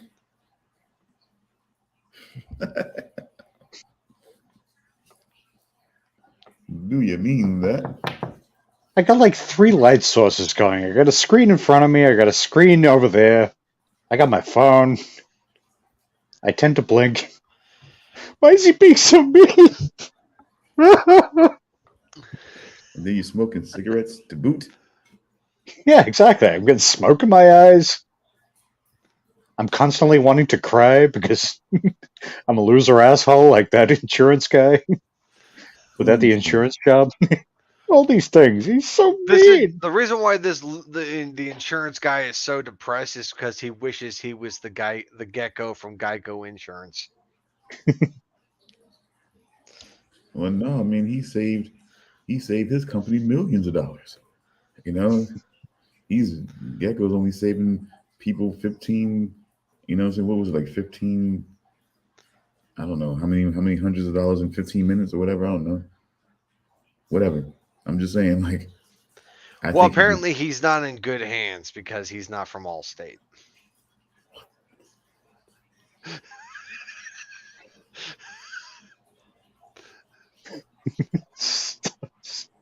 It's just, my God. I'm not going to say that the plane. I'm not going to say that crashed and burned. I'm just going to look away. I don't know what I just. Yeah, speaking of Allstate, the Allstate insurance commercial guy, he was in a movie that I watched last night. I watched Ted 2 for the first time. Never seen Ted 2. It was pretty good. I liked it. Fun fact: I think the same guy you're talking about. Um, Dennis Haysbert, possibly. Am I thinking about the right guy? I never knew the guy's name. And what'd you say? Where'd you say he was from again? He was the guy from the Allstate insurance commercials. You know, he's like, Yeah, "Are you in good hands?" Yeah. Dennis Haysbert. He was. Fun fact: he was in a movie that I was watching the other day. That I saw him in Fist Fight, which ironically features Charlie Day. You know, so from It's Always Sunny, basically going up against Ice Cube. I've never heard of this movie. Never How heard have of I it not either. heard of this movie? They played it. They played two teachers in school. Wait, Fist Fight. Isn't that the movie where it's a comedy, right? Where they have to. I was just about to regale you. Yeah. It's they play Charlie Day plays a teacher. His English teacher, and Ice Cube also plays a teacher. He's one of the more intimidating teachers in the school and everything like that. And of course, Charlie Day is one of the more mousy teachers in the school. It also has Tracy Morgan in it, and I believe what's her name? Julian. God, what is her fucking name? The girl who was in fucking Rough Night with Scarlett Johansson and Kate McKinnon, and fucking the girl from Broad City. I forget what her fucking name is. She's the blonde one that's fucking funny and shit, man. Oh my god, why am I forgetting her fucking name? I'm gonna have to just pull it up because I'm just forgetting her fucking name. Let me see here. It's killing me here, and I'm not gonna be Now right. that you said the teachers, Julian though, I'm Bell. thinking maybe oh, okay, from Workaholics? Possible. She was in that? She was in If it's that? the same chick I'm thinking of, I think so. But Jillian Bell, Julian she was, Bell, right? Jillian yeah, Bell. yeah, she was in, like I said, she was in definitely. She was also, was she in? No, no, no, she wasn't in that. Was she? No, no, no, she definitely wasn't. But If it's the chick I'm thinking of, she's in Workaholics, and let's just do this, okay? I might be getting my chubby white chicks confused. I think she was in Workaholics and Eastbound and Down season 4, but I could be mixing people up. She's had little spots on different things, but she was in Bridesmaids, and I cannot remember where she was in Bridesmaids at. But yes, she was in Eastbound and Down. She was Okay, Yeah, she was. Okay, I am seeing that she was in Portlandia, even Game Over, man. Like she was, yeah, so she was definitely in a few of those types of things. was she in Workaholics? Yes, it So does I am show thinking of that. the same person. Okay, cool. I got that Brad Pitt facial blankness sometimes, Sometimes brain don't work so good. But yeah, she was definitely in that, and basically Tracy Morgan was in there. They were all teachers and everything like that, and she was just really weird.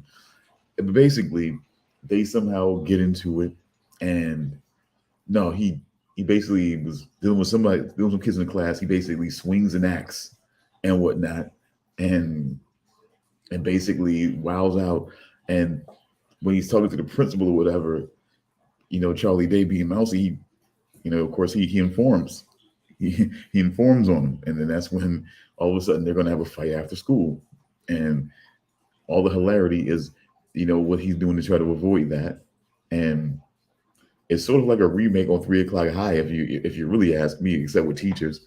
But then you got all these kids around the school that's playing pranks on all the teachers and everything like that, and the principal and everything like that. While that's so while all this is going on and shit like that. So it's just a bunch of wild shit in there. And Dennis Haysbert plays one of the fucking administrators and whatnot. That he has a meeting with, decide on his job or what budget cuts they're gonna make and shit like that. It was a funny fucking movie that has happened to see. It's kind of weird I was that going to say, so it was good. it was definitely funny.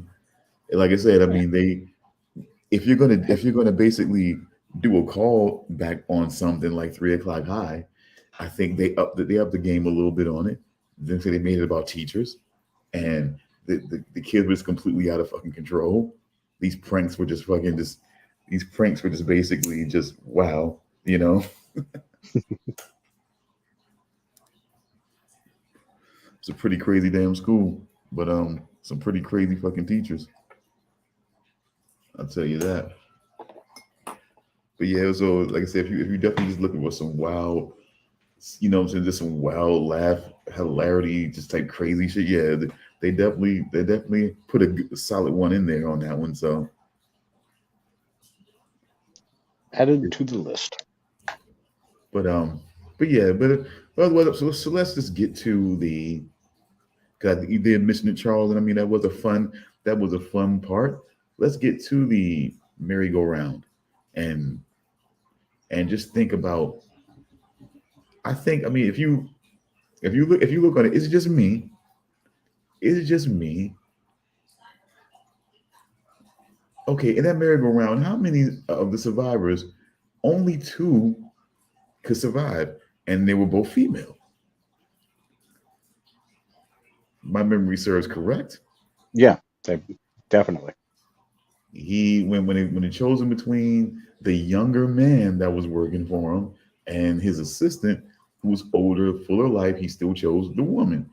He sacrificed himself, went hard, extremely hard for that one female who was going through the whole little maze and everything like that with the steam, with that fucking scorching steam situation Yeah, he's going on. willing to scald himself constantly. And so what do you think about that? Well, I mean, was that meant to be seen as a theme, or should we be looking at more the validity of the situation? Were those were those two females' lives he saved, were they valid over all those other guys? I guess. Yeah, I was kind of wondering, like, was it meant to be a thing or not? Because Because he saved his assistant, who was a woman. yeah, He was like when he was sacrificing himself for the lawyer lady in the scalding hot tunnels, with the woman with the circular saw and the device on her chest that was going to shoot up that spear into her skull. Um, yeah, it's just, and then of course in the merry-go-round he sacrificed everybody else except for those last two women. I mean, there has to be some kind of theme there. There has to be. Even if it was unintentional, there has to be some subconscious intention there. like, There has to be. dude needs to bust a nut and make better decisions. Do you think that's what it is?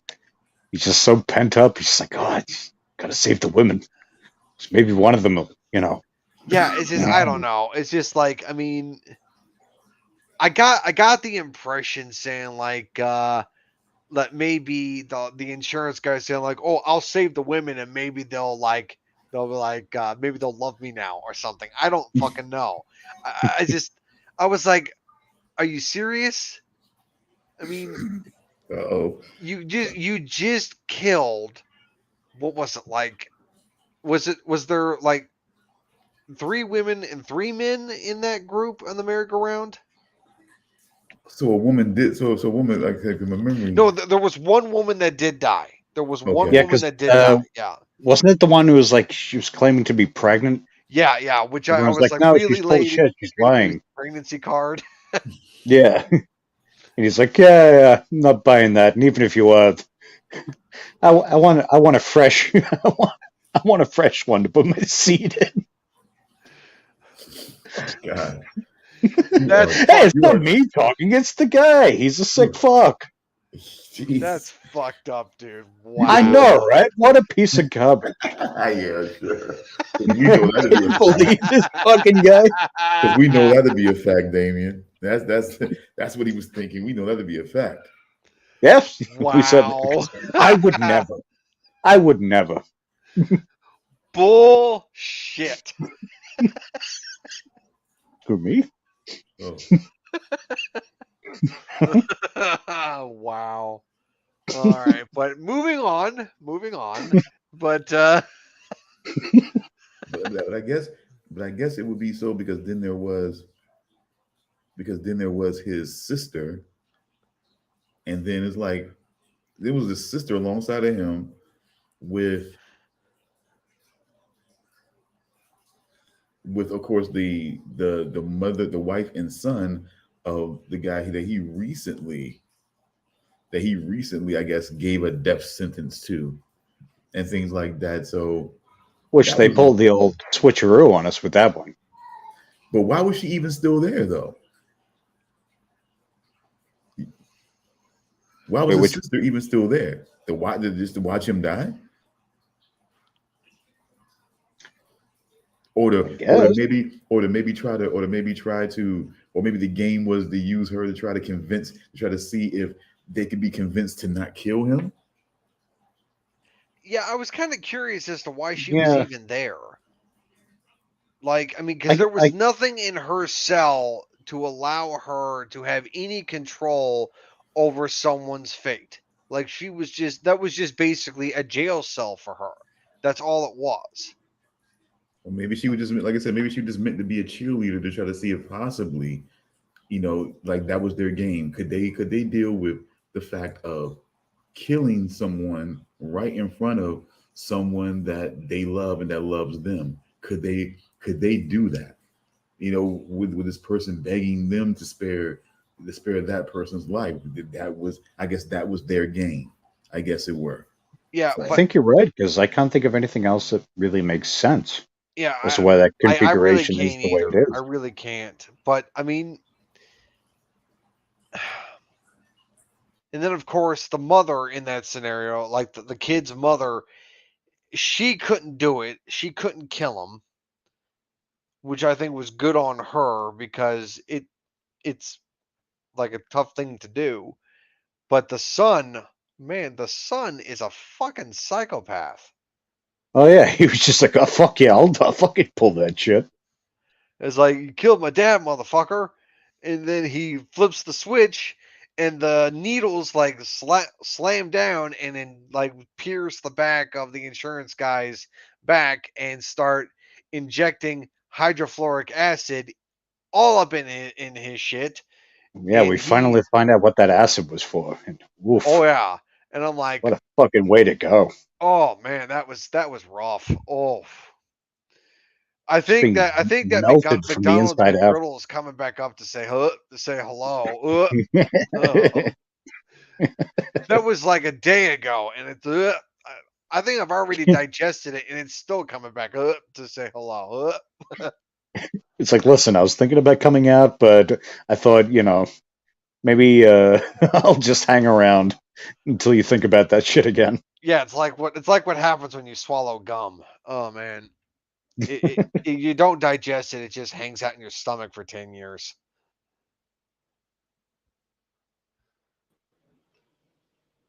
Oh, sure. Oh, yeah, Jim, you can have a link, but you just have to fucking wait backstage for an hour. Jerks, I didn't realize quit. you couldn't add. Why can't you add yourself? You're the worst. Why would I ask you for a link? I don't know. I was confused about that.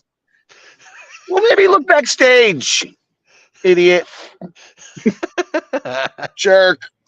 I quit. That's it. I'm never coming back. And you talked about Sonny, the Christmas episode, and you didn't even mention how that marks how the world changed so drastically from you beeping R word to you fucking beep word. That's one of the craziest things of life that has ever happened. But anyway, yeah, just leave me backstage. I'm out of here, you idiots. Nice haircut, you fruit. Fuck you. Go fall down the stairs or something. I don't have stairs, fancy man with your stairs. Yeah.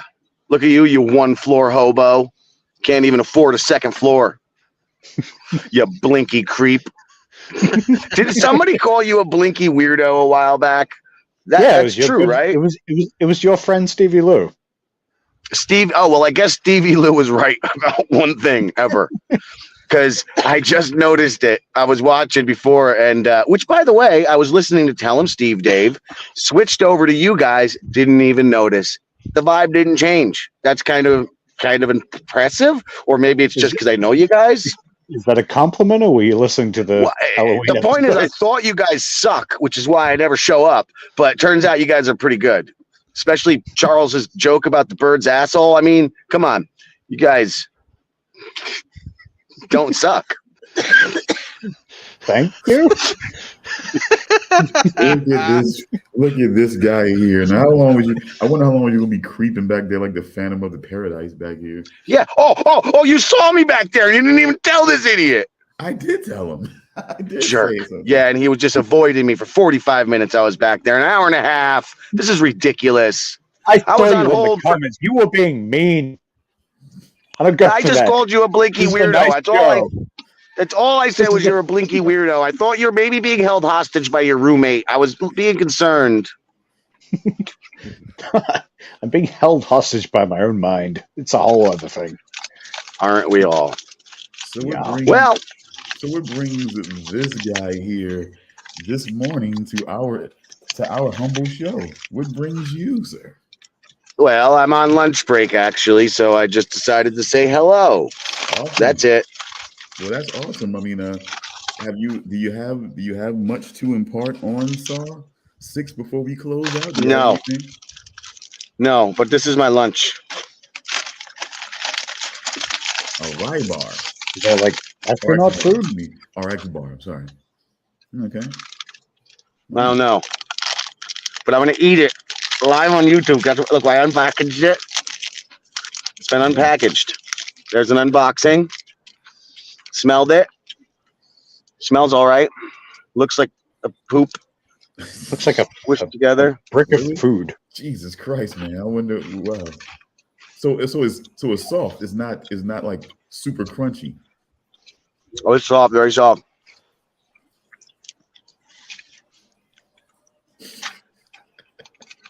The bite is just so. It's so. No, okay. Why are we going close up? Why are we? This is how YouTube works, Stone. Don't resist it. Okay, I know. I know. God, I know. There's a long chew on this. What's it like? Oh yeah, you gotta. God, I hate mukbangs. By the way, I hate those things. It's like a poop. It's just what you'd imagine chewing on a turd would be like. Oh jeez, come on, really? So a turd that's been kind of pressed a bit, and it's Yeah. Who presses it though? Between your butt cheeks.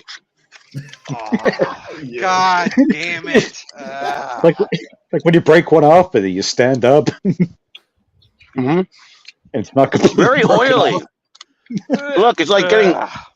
Look, it's getting like poopy all over me. See, it's very oily and gross.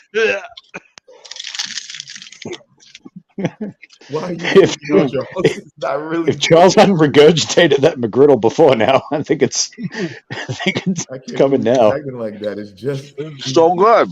it's good though, but it's good. It's so good. I really like this. We're almost done. I'm forcing everybody to do so okay? I'm forcing this. I'm speeding this up so we don't have to suffer long. It's fine. Ow! It's fine. It's YouTube. I mean, I really like this. This is what we live for. This is what we sit up here and spend 3 or 4 hours in the morning on Saturdays for, or in the night going into the early morning, as it were, with Damian. To watch me eat a pressed turd? Oh, damn it. Charles, Jesus. Damn it. It's like he just gave his butt a little swipe. Hey, This is what it looked like when I fingered Stevie Lou's lesbian wife. Damn it. Old shitbox. what you figured on the one? Let's just wait until I swallow, and then the bill will be over, okay? That's what Yeah, she said. all good, man. I'm giving you a thumbs up, even though you can't see it. I really like this. Charles used to have a bucket of sludge that he was friends with. Now he's just got a bucket of vomit next to him. Oh, we're talking about Blackie, right? Yeah, of course. Who else? All right, guys. All right. I'm not gonna swallow. It's just turning to liquid in my mouth. I don't swallow it. That's what she said.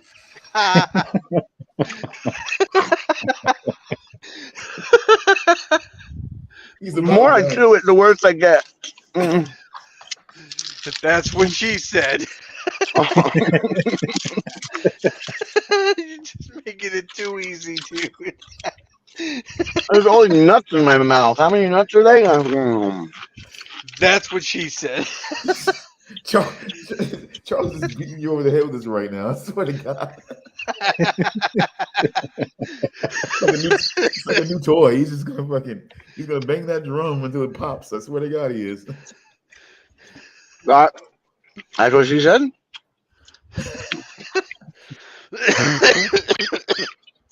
All right, here we go. Is that coffee? Oh. Last two. Only this one's left. See? Oh, jeez.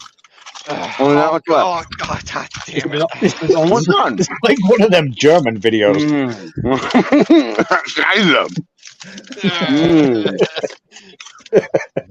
Here we go. That was so good. I really like that. You guys should all try it. No, thank you. I did not know. It's fine. I just want to try it on YouTube like this. I'll try it though. This episode is sponsored by Pressed Shit for lunch. Have I ever eaten anything? When we in all the shows that we've done? I've eaten some things, right? I'm sure. Oh, I should just go back into work like this, right? Yeah, great, Hey, maybe. Oh. Disgusting. It's the only time I can ever show my teeth, so I'm You're disgusting. Okay. You can take me. It's all done. Yeah, take Mm. Oh, God. All right. Wow. Get it out of me. So Tasty. now we get to the review of it. Now we get to the official review of the No BS my God. So that was our sponsor segment, Press Shit, presented by Jimmy Grins. I didn't hate it. That's the review. I didn't like it at all, but I didn't hate it. So that was all sarcasm, huh? No, I loved it. It was my favorite. Look how healthy I am. Marlboro Lights. RX bars and Marlboro Lights. See, okay, so you Put them in his didn't mouth hate all it. the time. You didn't hate it, but you didn't really like it. Yes, which is how food should be. Really? Is it? Yes. Yes. It should be. It should be every food should be the best food should be middle ground. I don't hate it or love it. Yes. So that way, you just eat the healthy amount. Look, I'm all about health these days now that, I'm rapidly losing weight and gaining muscles. I'm not I don't want to be unhealthy and such. So, yeah, what you just said, I agree. Huh. Luke of the Bind wants to know, I who guess is this old hobo? It's Jimmy Grins. Can you see? The guy who fucked your mother. Yeah, clearly. Luke of the Bind, you idiot. You fucking idiot. Man, that is some put down coming from an extremely poor man's Bobby Lee. Yeah. That was an Asian joke. Luke of the Bind also wants to know, is this the latest sword torture? It's maybe The guitarist. He's the guitarist from Smash Pumpkins. he's the Well, they bassist. Get should've- around. Don't elevate him. He'll get a big head. The bassist from who? So he's the bassist from The bassist from anywhere. Bass is bass. Come on, don't whoa, excuse me, don't do that because fucking Flea is a high level bassist. You come on. You know what I'm saying? Yes and no. Yes and no. I've been thinking about Flea a lot lately because I listen to a lot of Chili Peppers, and he's not that fucking good. He's very good, but he's not that fucking good. He's just going do-do-do-do-do-do-do-do. Every bassist, all they're doing is playing Fender, Bender, yeah. Do-do-do-do-do-do-do-do. It's one song varied a little bit over and over. That's what bassists do. So do you think there were any truly virtuoso bassists ever? Has any Have you ever heard Lemmy. Hammer Smash Lemmy. Bass by Cannibal Corpse? Lemmy and Hawkwind. That is the only bassist worth talking about, because that's a guy who didn't even know how to play bass, joined a band, they handed him a bass, and he's like, all right, and he played it like a guitar, and it's this psychedelic 60s rock, but with this fucking metal bass line just ripping through it all the time. There's 3 or 4 albums with him before he quit the band for doing too much drugs. It's a band of drug music. Was fired from the band for doing too much drugs.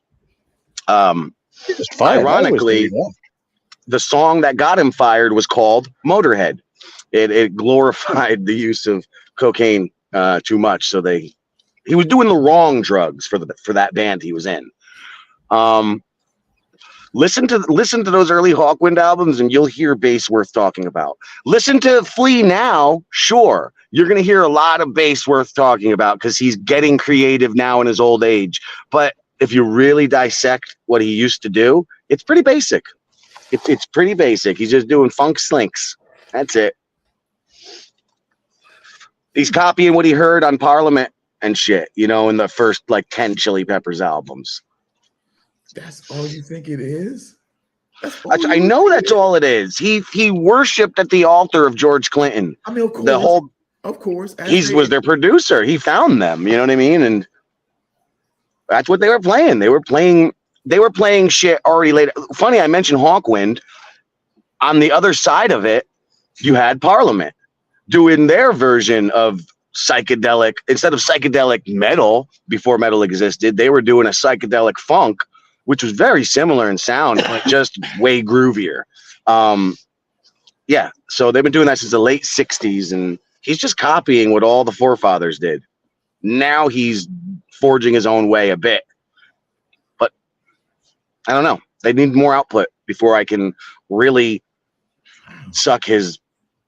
But it's just amazing that all these bands and there's no other bassist that can be cited as certainly not Luke of the Bind. He's just mediocre. Oh, Peter Steele, Typo Negative. Does he count? Name one bass line in Typo. I love Typo. Name one bass line that mattered. Black Number 1. What? Boom, boom, boom, boom, boom. Yeah, it's simple, but it's fucking memorable as shit. Name me another bass player who played the bass with a fucking chain instead of a strap. Oh yeah, that makes him great because he used a fucking chain instead of a strap, Damian. Why don't you blink some more? Blink some more, you weirdo. A brink? Are you doing fucking racist impressions now? I'm doing an impression of Luke of the Bind. Yes. Okay. You want to see my wiener next? That fucker's always brinking. And this, folks, is what I want to be doing on talking over the music. This is the type of shit that I want to be doing. What, racist stuff? Huh? Yes. Racist stuff? No, racist stuff. Racist bassist stuff? The racist bassist. Man.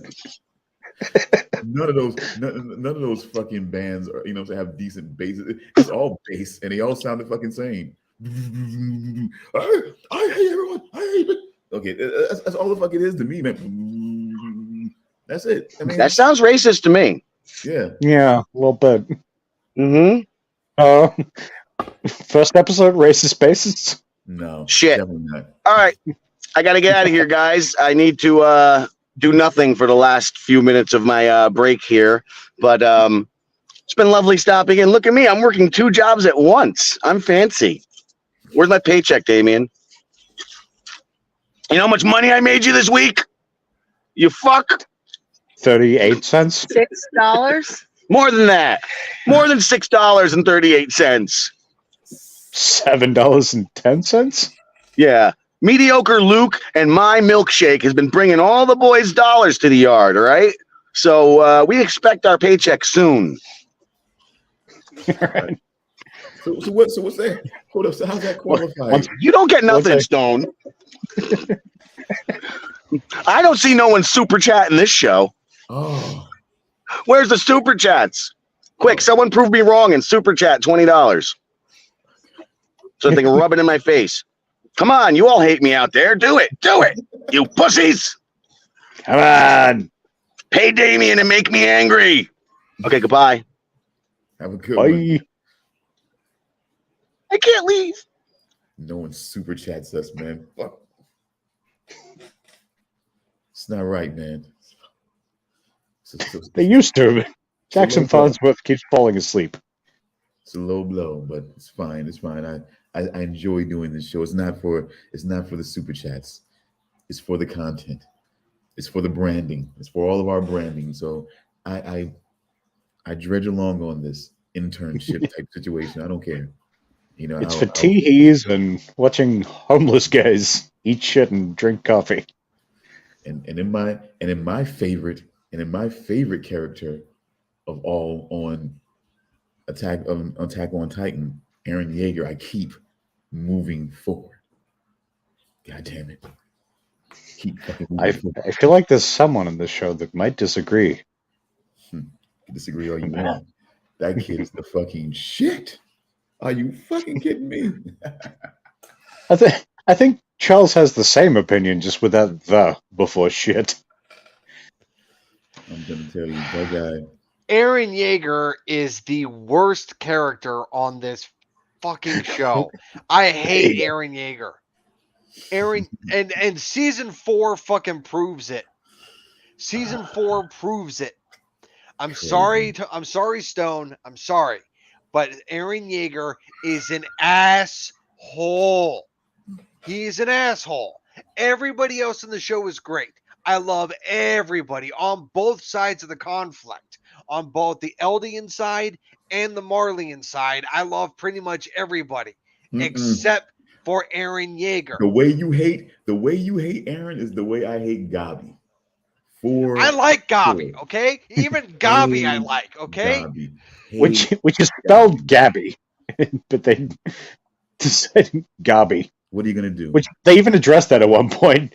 Remember, like she's going like this, jumping ahead a bit, but she's going by Mia, and then eventually at a certain point she reveals to that chick, she's like, my name's not Mia, right? She's like, but it's Gabi. Like, wouldn't you prefer it's Mia? Look, I liked Gabi's character development. I really did. Throughout the entire season, she had some of the best character development out of all the fucking characters. Yeah, I really liked Gabi this season. Overall, I did. fine. I liked her a lot. To a point, she's kind of girl Eren, though. Yeah, but at least they developed her character a lot better than they did Eren. Eren should be tossed into a fucking landfill. No, okay, yeah, whatever, Charles. Buried underneath a bunch of ET Sega games. Yeah, exactly. all that sounds great. All that sounds great, Charles. But those fireworks sounds real great. But let me let you understand. Eren had a hatred for the Titans because these seemingly hell sent monsters that basically happened upon their situation, and then he realized what was going on. Let me first of all, let me put a pin in that real quick, and let me start. All right, and let me start where I got things confused, because I can admit that as a journalist, I can admit that sort of thing and do a retraction in a way. I thought initially that in the Great Titan War that happened, I felt like some sort of like Marleyan sect sort of like ran off to the island and created the island of Paradis and wiped their memories and everything like that, and did this with the power of the Titans. I had no idea that it was actually supposedly this King Fritz that was, but what it turns out to be is that he really wasn't a Titan at all. So in a way, I was right, but see, I had it completely wrong. In my opinion, I still, to my standard, I had it wrong, because I thought it was all about the Marleyans. completely all about the Marlians, and they moved over there with Titan power. But as the season showed, the flashback showed, is that he used Titan power. That was one of his slaves, as it were. So in a way, but it's like it was being right is was sort of like dropped in my lap a little bit, but I didn't predict it in the way that it was being shown. See it in that way. I saw it simply as like all the Eldians were left on the mainland, and that some Marlians they left them to fend for themselves, and they fled to this island and created this island using the Titan powers and using these Titans in the walls and things like that, and was sort of like protecting themselves from the Titan, from the Eldians coming back at them to bait. So that's where I had it wrong at. It wasn't that. It was somewhat, because the guy, he couldn't have been because Fritz, he couldn't have been Eldian. He couldn't have been, because he didn't turn himself into a Titan, or else he probably would have. He had the founder somehow, and something that she encountered at some point that gave her these powers, and he used that and used her as a weapon, and eventually took her in, and so it was like the real truth kind of started as Willie Tibera, if I'm saying the name right. Willie Tiber. Okay, I thought it was a B there, but no problem. But it is a B, but it's just Tiber. Okay, gotcha. I thought it was funny they called him Willie. Yeah. But as he revealed the truth about what had happened in the Great Titan War, it seemed like an even greater truth was being revealed about King Fritz and everything like that, and how he really was. Like, okay, he wanted peace from the war. It seemed like he was a bit of a fucking coward or whatever, as it were, a bit of a shitbag, as it were. So hold on real quick. We have a real quick before I stop. We have a comment coming in. Eren Jaeger is the only reason everyone didn't die in the original attack on Shiganshina. That is true. That is true. There is something coming up, actually. I'm looking forward to the Time Fuhrer's thoughts about it. Oh, God. But that is true. But what are you talking about, Damian? Hold on. It'll come later, but there's... Yeah. Just think about it. This is pretty much only one thing I could really be referring to. But we'll get like I said, I was just saying, I just got this wrong. Much later, though. Oh, wait a minute. I think I know what you're talking about. Yeah. But to realize that the truth of this matter still is that Marlians controlled the mainland and had basically sort of like, in a way, internment concentration places, sort of, like manufactured ghettos, as it were, to, to house the Eldians, the devils that they had here, and that they use as weapons, dropping them out of the sky like bombs and turn them into Titans, to fight wars with people, among other things, and it was just like, to realize that I got it that wrong, and that maybe King Fritz wasn't wasn't an Eldian, but he did use Eldian powers to enact what he enacted and things like that. So, and then sensing that his power was fucking like relenting, he basically set up this whole situation. And that's why I kind of believe that it was like Marlians at the control of it, because of the way they walled things off and the way they sectioned things off and everything like that. They still had like the Eldians, like I guess the true Eldians, like sectioned off in the more poor sections, even over in Paradis. So that's why I kind of felt it was that way, because you still had the further you got into the center of Paradis, the better it got. The more on the high life they lived, the further into the walls you got. the further into the districts you know what I'm saying, you went into.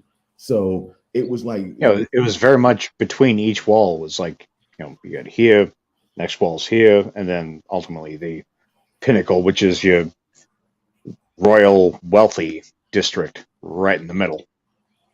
absolutely. And then you have the religious right that was so into it, along with everyone else, so into keeping this secret, and so into keeping what this is all about and everything like that for some reason. I mean, well, not for some reason. I think they, like with most governments, they feared an uprising and everything like that. But you know, still you had people that didn't really have access to that. They, you know what I'm saying? It still had to be something that would turn them in. There still had to be something that had to be ingested that would still have to turn them into a Titan. They couldn't just do it. So, but it's like, so they did know that much, at least I would hope, but still keeping secrets. Even you had this whole religious section that was trying to basically keep things, you know, say under wraps and everything like that. It was just, Would hold their secrets to to the death, like just completely unwilling to let go. and so that's why I kind of felt like it was more of a, I was like, God, there's got to be something Marleyan going on over here with the situation, because it just feels like there's a fear of something even over here. Like like they're fearing something. Like it's like they basically work hard, and but they still keep the same. It doesn't seem Nazi Germany as it is over there in Marley. But you know it seems like, but then you realize, when some people realize that what they're living in, what they're living like, if eventually they start to feel that this isn't all what it could be. This isn't all what it's supposed to be. We're just right As a, here. you're gonna Even though have you free thinkers. Like you can't avoid that. exactly. I mean, and when you feel like nothing progresses for you, and everything remains the same time after time, everything remains the fucking same. You gotta feel like eventually someone's gonna question even that, if nothing else. And then all of a sudden you have this situation where this gigantic thing just kicks a hole in the wall, and it kicks off this whole other situation. And it's just like, it's, to me, that's why I felt like it can't be all Eldians here. Like, we cannot be dealing with all Eldians. Is that what you felt like? Because that's not, I can't seem to reconcile that even on the island of Paradis that we're dealing with all Eldians, that we've been dealing with all Eldians the whole entire time. I mean, it kind of has to be though, doesn't it? Because I don't think King Fritz, like, they're making it well, seem like King Fritz was part of the bloodline. He was not part of the bloodline. no, that's true.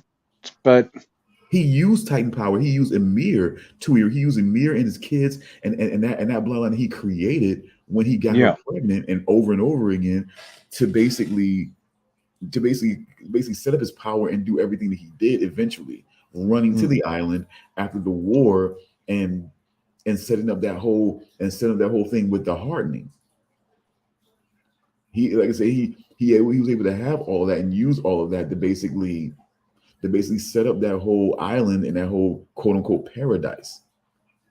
But see, set up this that's the weird kingdom. thing about the name Yeah. of calling it paradise. It's paradise for those who have the status to be able to live in that area that is considered paradise. No one from the walls further out would really feel like it's paradise out there. I don't feel like. Oh, so we got the island, which is called Paradis, which I think is paradise without the E. But in Mali, what they consider paradise is when they threaten to send someone to paradise is basically a death sentence. Because that's their whole little constant thought Like process we're about going over to take you there. to the wall, and that's it for you. That's their constant thought process about the island devils. Mm. Well, I You mean, know, they this already you, they already said that Paradis is basically Marley's equivalent to Australia. Oh man, why you got? No, but no, it's not a look. Like I said, because no, Always with the because racism. they don't have that close contact. They're just it's derogatory. It was derogatory. They're just basically saying that it's a derogatory thing of where of their Well, no, little. they specifically said that Paradis is basically their penal colony. Pretty They- much, yeah. They specifically said that. Wait, okay, wait a second. Bet they don't have kangaroos though. Yeah, yeah. But wait, hold on. Wait a second. Shoot bears that feed shit to youngins. So what? So again, we're getting to. So what is the fucking real truth here? Well, I mean, I think Paradis was not originally a penal colony. I think what it was originally the place where the king of the Eldians went to Paradis to turn it into their place to be able to isolate themselves away from Marley so that they wouldn't be at war anymore. And then Marley decided to use Paradis as a penal colony to send their Eldians and turn them into Titans as a penal colony, not only as a penal colony, but also to use the Titans they send there to keep the Eldians there in check so that they won't leave the boundaries of their walls. That's where So I find the history of this show kind of confusing. Yeah, Like I think it it's seems like we don't really have a clear answer as to what the exact history is.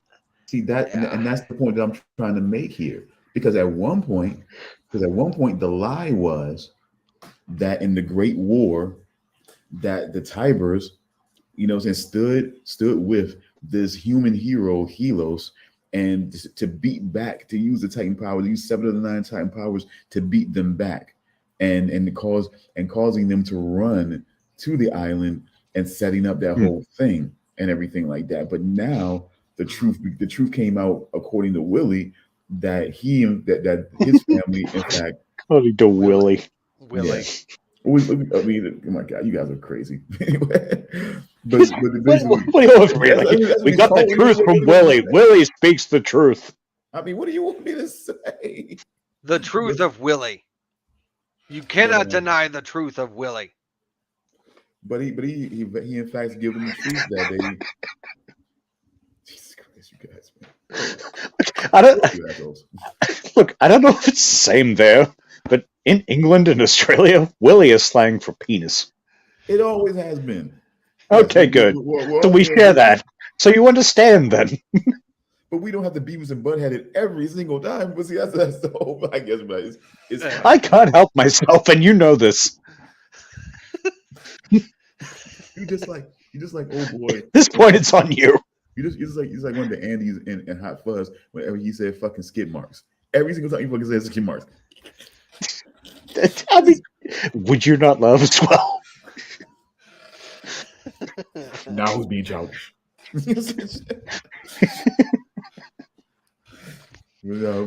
seriously, the truth comes out that they actually set up a deal with King Fritz to basically concoct this whole thing, to bring it about, to move him over there, and then he takes his whole vow. But it seems like, but then they show up certain pieces that show him to be a real shitbag. To show him to be a real shitbag. Like, I mean, a fucking pig gets loose, and it's like everyone for some reason points to this girl. Why? Was there any reason for that? If there was, I missed it. Or was it just like all these people being like, "Fuck, maybe it was me." I don't know. It was that girl, and then everyone just followed suit, like because he basically decided, okay, if no one's going to admit who did this, I'll just pluck out everyone's eye, and I'll pluck out an eye from everyone, and then we'll call it even, because they just sacrificed this poor girl. Because slaves can still do work with just one eye, and everything like that. That's right. Yeah. So, there you have it. And then, so I'll set you free. And he's having his hunters basically try to kill her. She doesn't die. And Yeah, she's shot in the back, shot in the fucking leg by arrows. Like, Yeah, and then that was somehow rough. she shows her power, and he's able to, now he realizes, oh, now he can use her as a weapon to basically gain more power and influence, and then all of a sudden, as a reward to her for all she's brought him, he will now give her his seed. That was that not creepy as fuck? The way it was delivered. Yeah, I mean, it was, Like, I'm gonna reward you with my seed. it was arrogant. It was as arrogant as you expect kings to be with no that go unchecked. It's just that level of arrogance.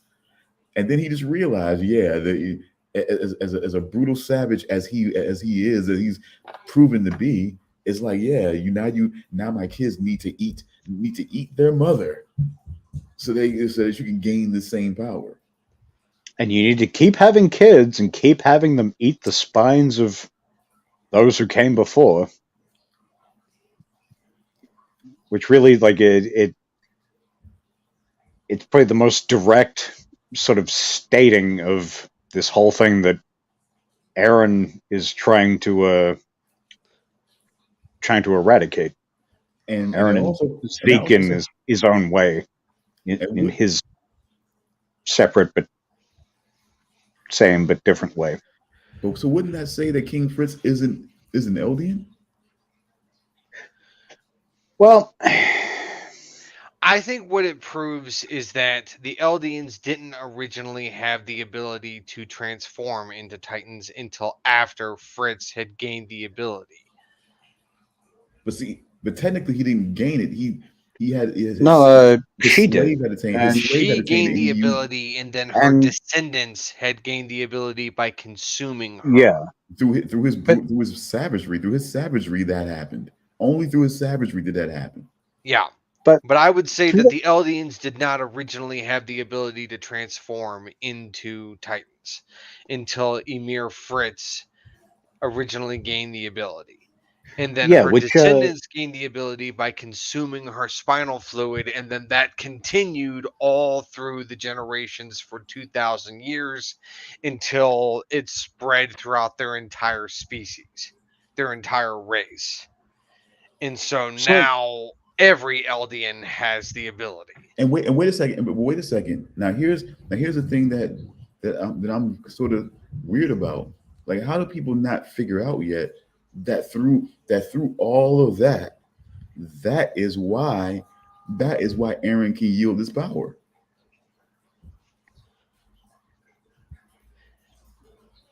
but what do you mean?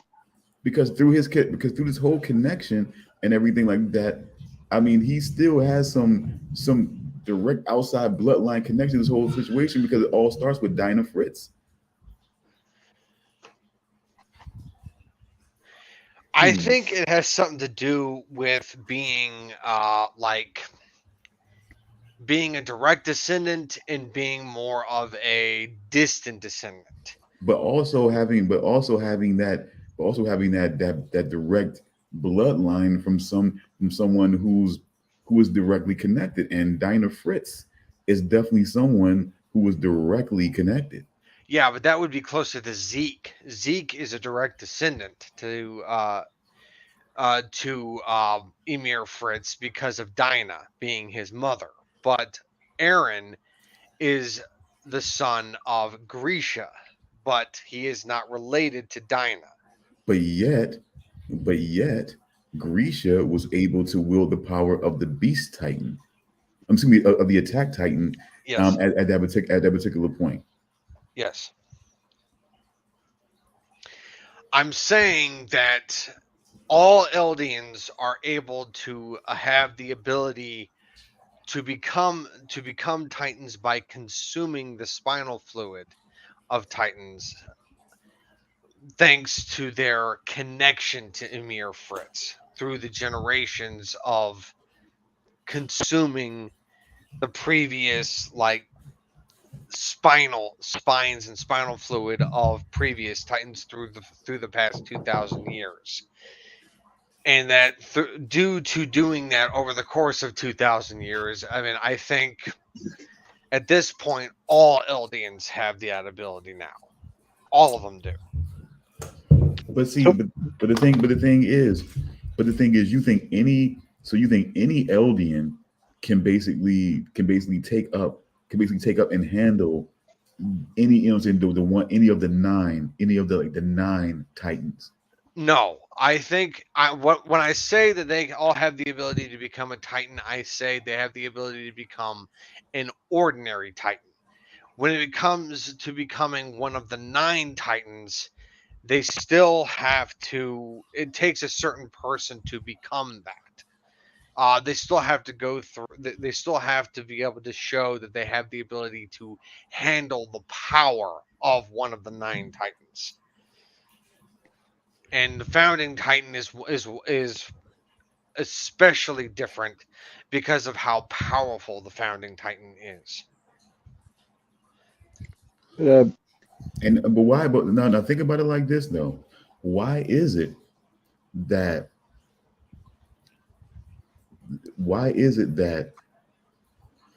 That Eren became so powerful? Because if he's not a royal blood, and he's not, why is it become so powerful that he is the one really, you know, steering this situation right now, and not actually Zeke? I'm sorry, could you repeat that? Why is Eren pretty much the one steering this situation right now, and not Zeke? If he's not, because if he's the one that has direct royal, you know what I'm saying, royal blood ties to Fritz and to the, you know what I'm saying, to Amir. We were able to see that when Eren got his head shot off by Gabi. Gabi? Yeah. Eren what was seemed to be still a 50 cal. Eren was still conscious for like a second or two. True. And his head was able to fall into Zeke's hand, Mm-hmm. and he was able to make contact with Zeke, which then True. allowed him to be able to take control of the founding Titan. At which he was told that he was merely a key to unlock.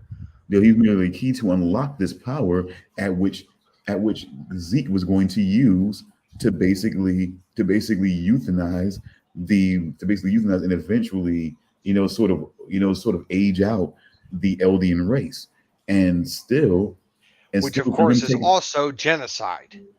But then he also took him through his memories, at which he didn't even realize that Eren was powerful enough to basically still influence memories, influence the past, to influence the future, and still, well, and then even still. Here's where the time period comes in. Yeah, and then this is what I was wondering before about his thoughts on it, because I think it was specifically the one who possesses the power of the attack type can see things from the future. I believe. Yeah, I think it was. I think that was something specific to the attack type. Yeah. Glimpsing into the future is not as bad as glimpsing into the past, because glimpsing into the past has a chance, and having the ability to affect real change into the present and future by going into the past is drastically more dangerous than glimpsing into the future. Because in the future, you have less chance of causing damage into the present or past. But in this case, it seems like one of those things where it's almost like to the one who wields the power of the attack titan, time kind of it's almost like it occurs all at the same time in some way. But Eren somehow once again found a way not only to be able to see things, but he's also able to he also used his brother to be able to affect things. It's more than just glimpsing. Just like what happened. That's what I mean. He was whispering. He was whispering. He was making things happen. And as Zeke pointed out, he was basically rationing the things that he would show his father to influence him to do certain things that he wanted to get done.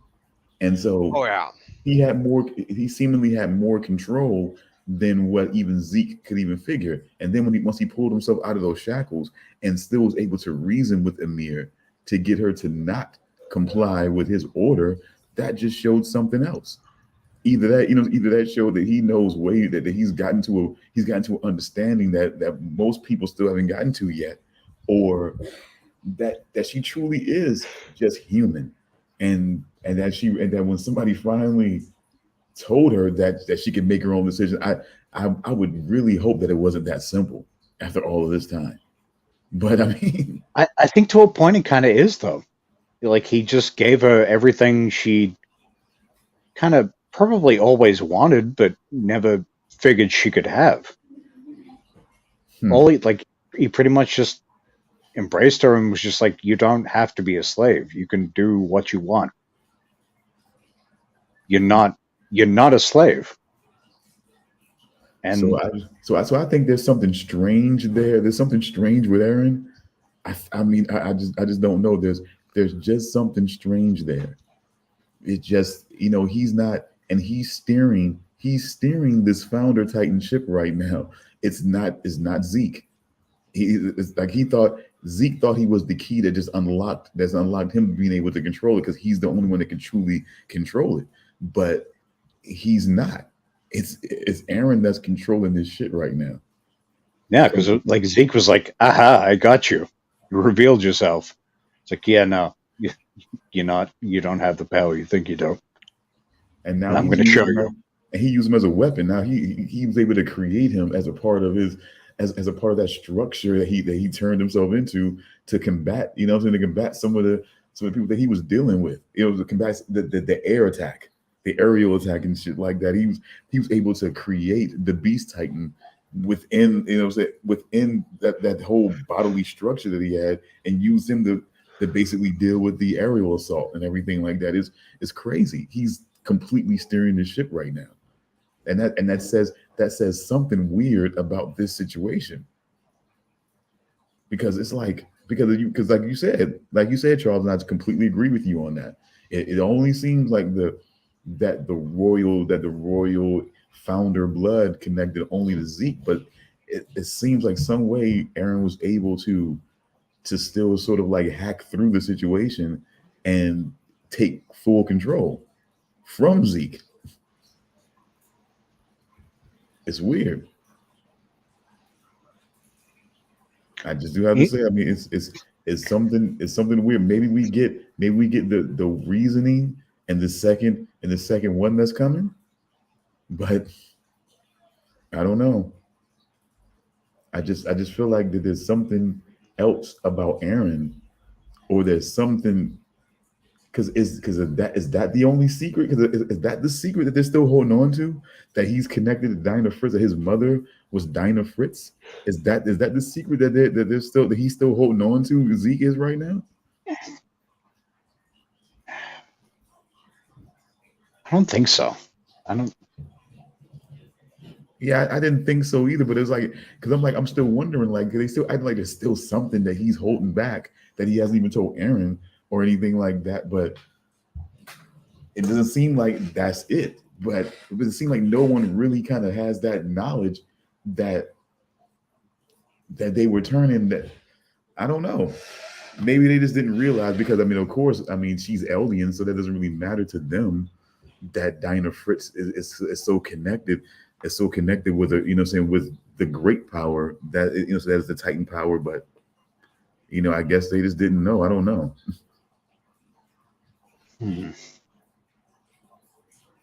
But I mean, it's just, if that's the secret, then I don't know. I think it's something else that may even answer the question of how Eren is able to do this, because no one can seem to figure that out.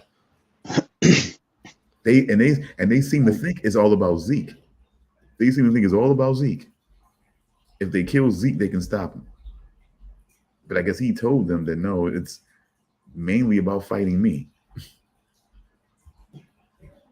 Yeah, like without having seen both the first final episode special and last one, I feel like his mother being Diana would almost feel like a cop out.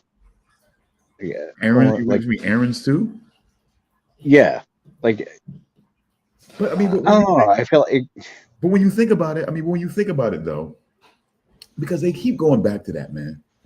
And I'm so, by the way, I'm so glad that she finally acknowledged that he saved her life at one point. That it, I mean, finally, really kind of just kind of talking about it and acknowledging that that's what that's about. And that's what that scarf was about. Like, just finally doing that. For one, I just want to make sure that was highlighted. I'm certainly glad that we kind of had that moment finally happen. But it's just going back, like even going back to the moment where he talked about when he took him to the memory where he was talking about going where not where she revealed, where she decided to inform his mother that he was thinking about going into the scouts, and she just immediately launches off on him. I mean, and it's just seeing everything and just seeing how, oh, you got a lot of sticks, and just couldn't leave it alone. You got a lot of sticks, and he's like, whatever, mainly because he's upset about what had fucking happened before. But he's not, but he's choosing to kind of deal with it. And then here she goes pulling his ear and acting like it's because Mikasa helps you with, with the sticks and whatnot, with the Yeah, logs she's and like, oh, whatnot. Mikasa helped you again, didn't she? And all this type of bullshit. And it's just like, you keep seeing that. I keep seeing that. And I'm like, my mother was never that way. My mother was never that way. And I think when I think about every little thing that she would say and how she would, there's the certain things, it's just like, I feel like it starts to give me the feeling like, because and when the moment they talk about the scouts, him going into that, she just really just got way out there, because I feel like all of that was to instill that weakness in him, was to make him feel the way he felt about himself, a weak, worthless kid, all the time, no matter what. She didn't see anything, but always assumed that somehow he was being saved, helped, or rescued by Mikasa every single time. It makes me feel like it only feels like she knew something about Mikasa that he, or maybe that maybe only he didn't. That maybe his father and she knew about what Mikasa really was and everything else like that, and he just didn't. So it was constantly always this arrogance of knowing that Mikasa was always going to be there to help him, because that's who she was. And they knew that, and she knew that. What do you think?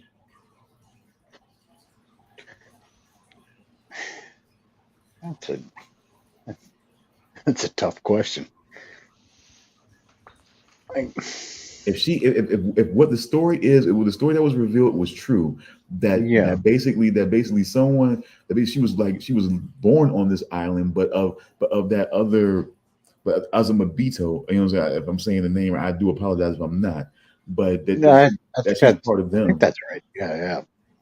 But she's part of them, and somehow she was, sort of like left here when certain things happen and things like that, and her mother even inscribed this thing on her because she knew and everything like that and so forth, and it's like, but maybe they knew too.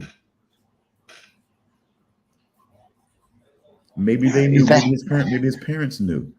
And then her mother, like I said, so every day she just knew without even knowing what, what she was and what she was going to be and everything like that, and just constantly just knew very arrogantly that he was always getting help, he was always getting saved, he was always getting, and he's just weak. He always needs her assistance, and everything like that.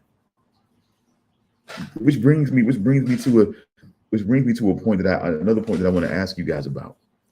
Do you believe the "I've always hated you" tirade that Eren heaped on Mikasa? Do you believe it? Initially, No. yes. Initially, yes, I believe it. But after Armin and Mikasa figured out that maybe Eren was doing a ruse and trying to trick the Jaegerists and everything,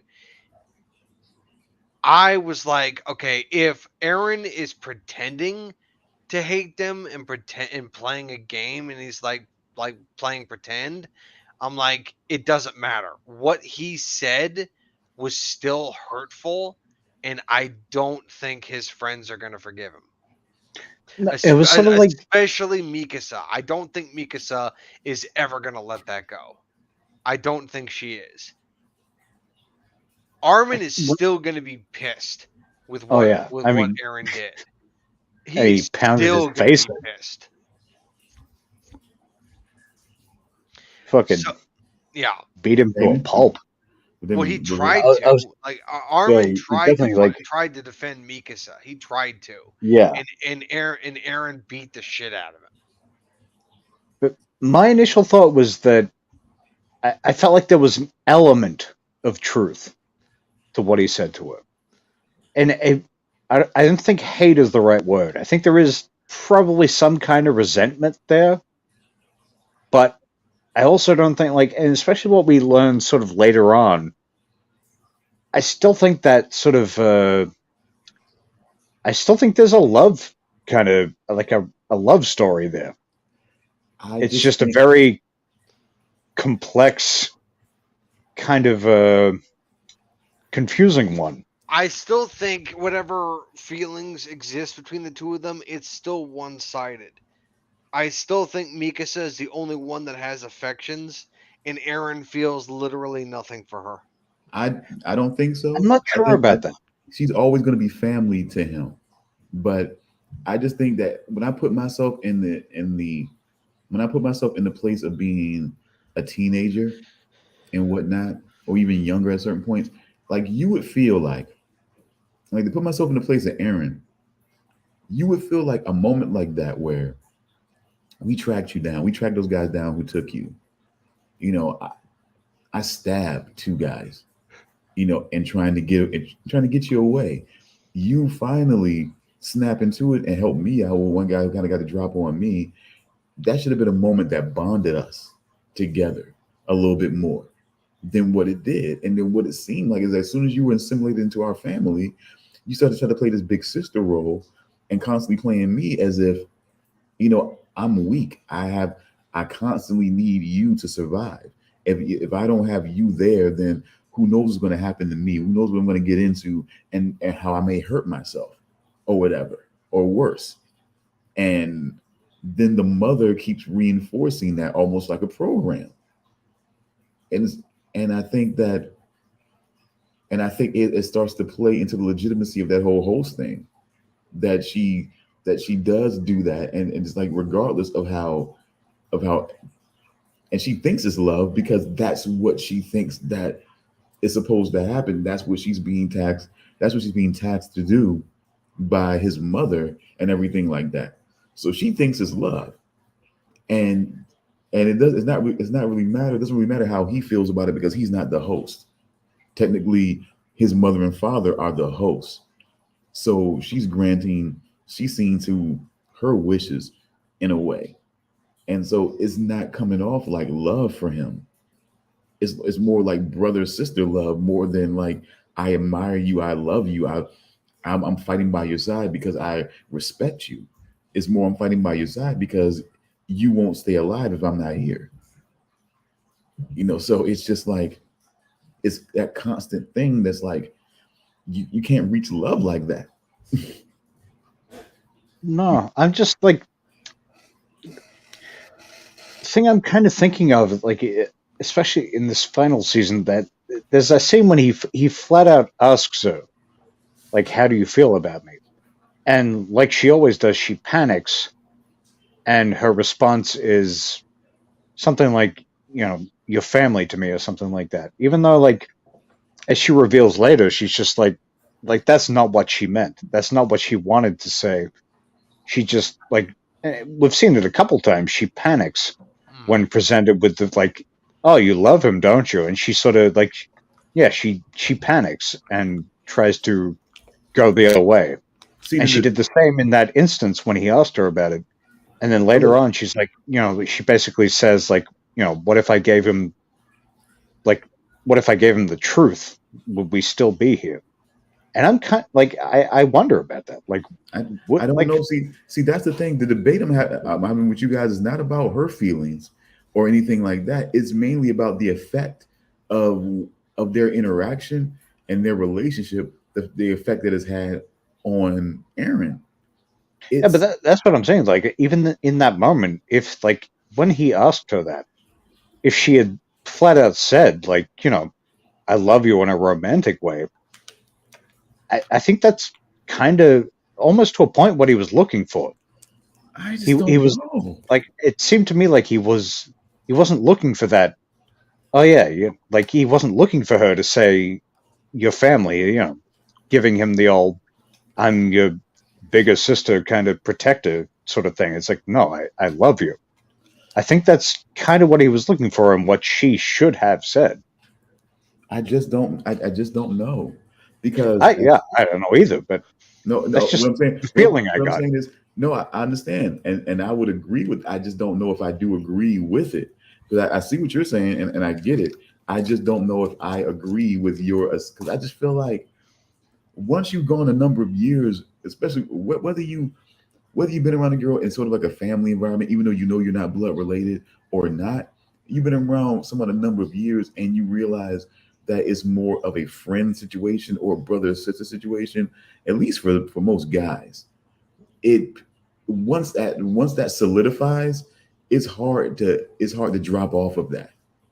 Like it really is. It's like it's hard to once you consider someone a little sister or an older sister or whatever, or just a sister in general, or a really close like best friend and things like that, it's really hard to all of a sudden shift when somebody decides that they're in love because everything else that's been has not been what fosters that.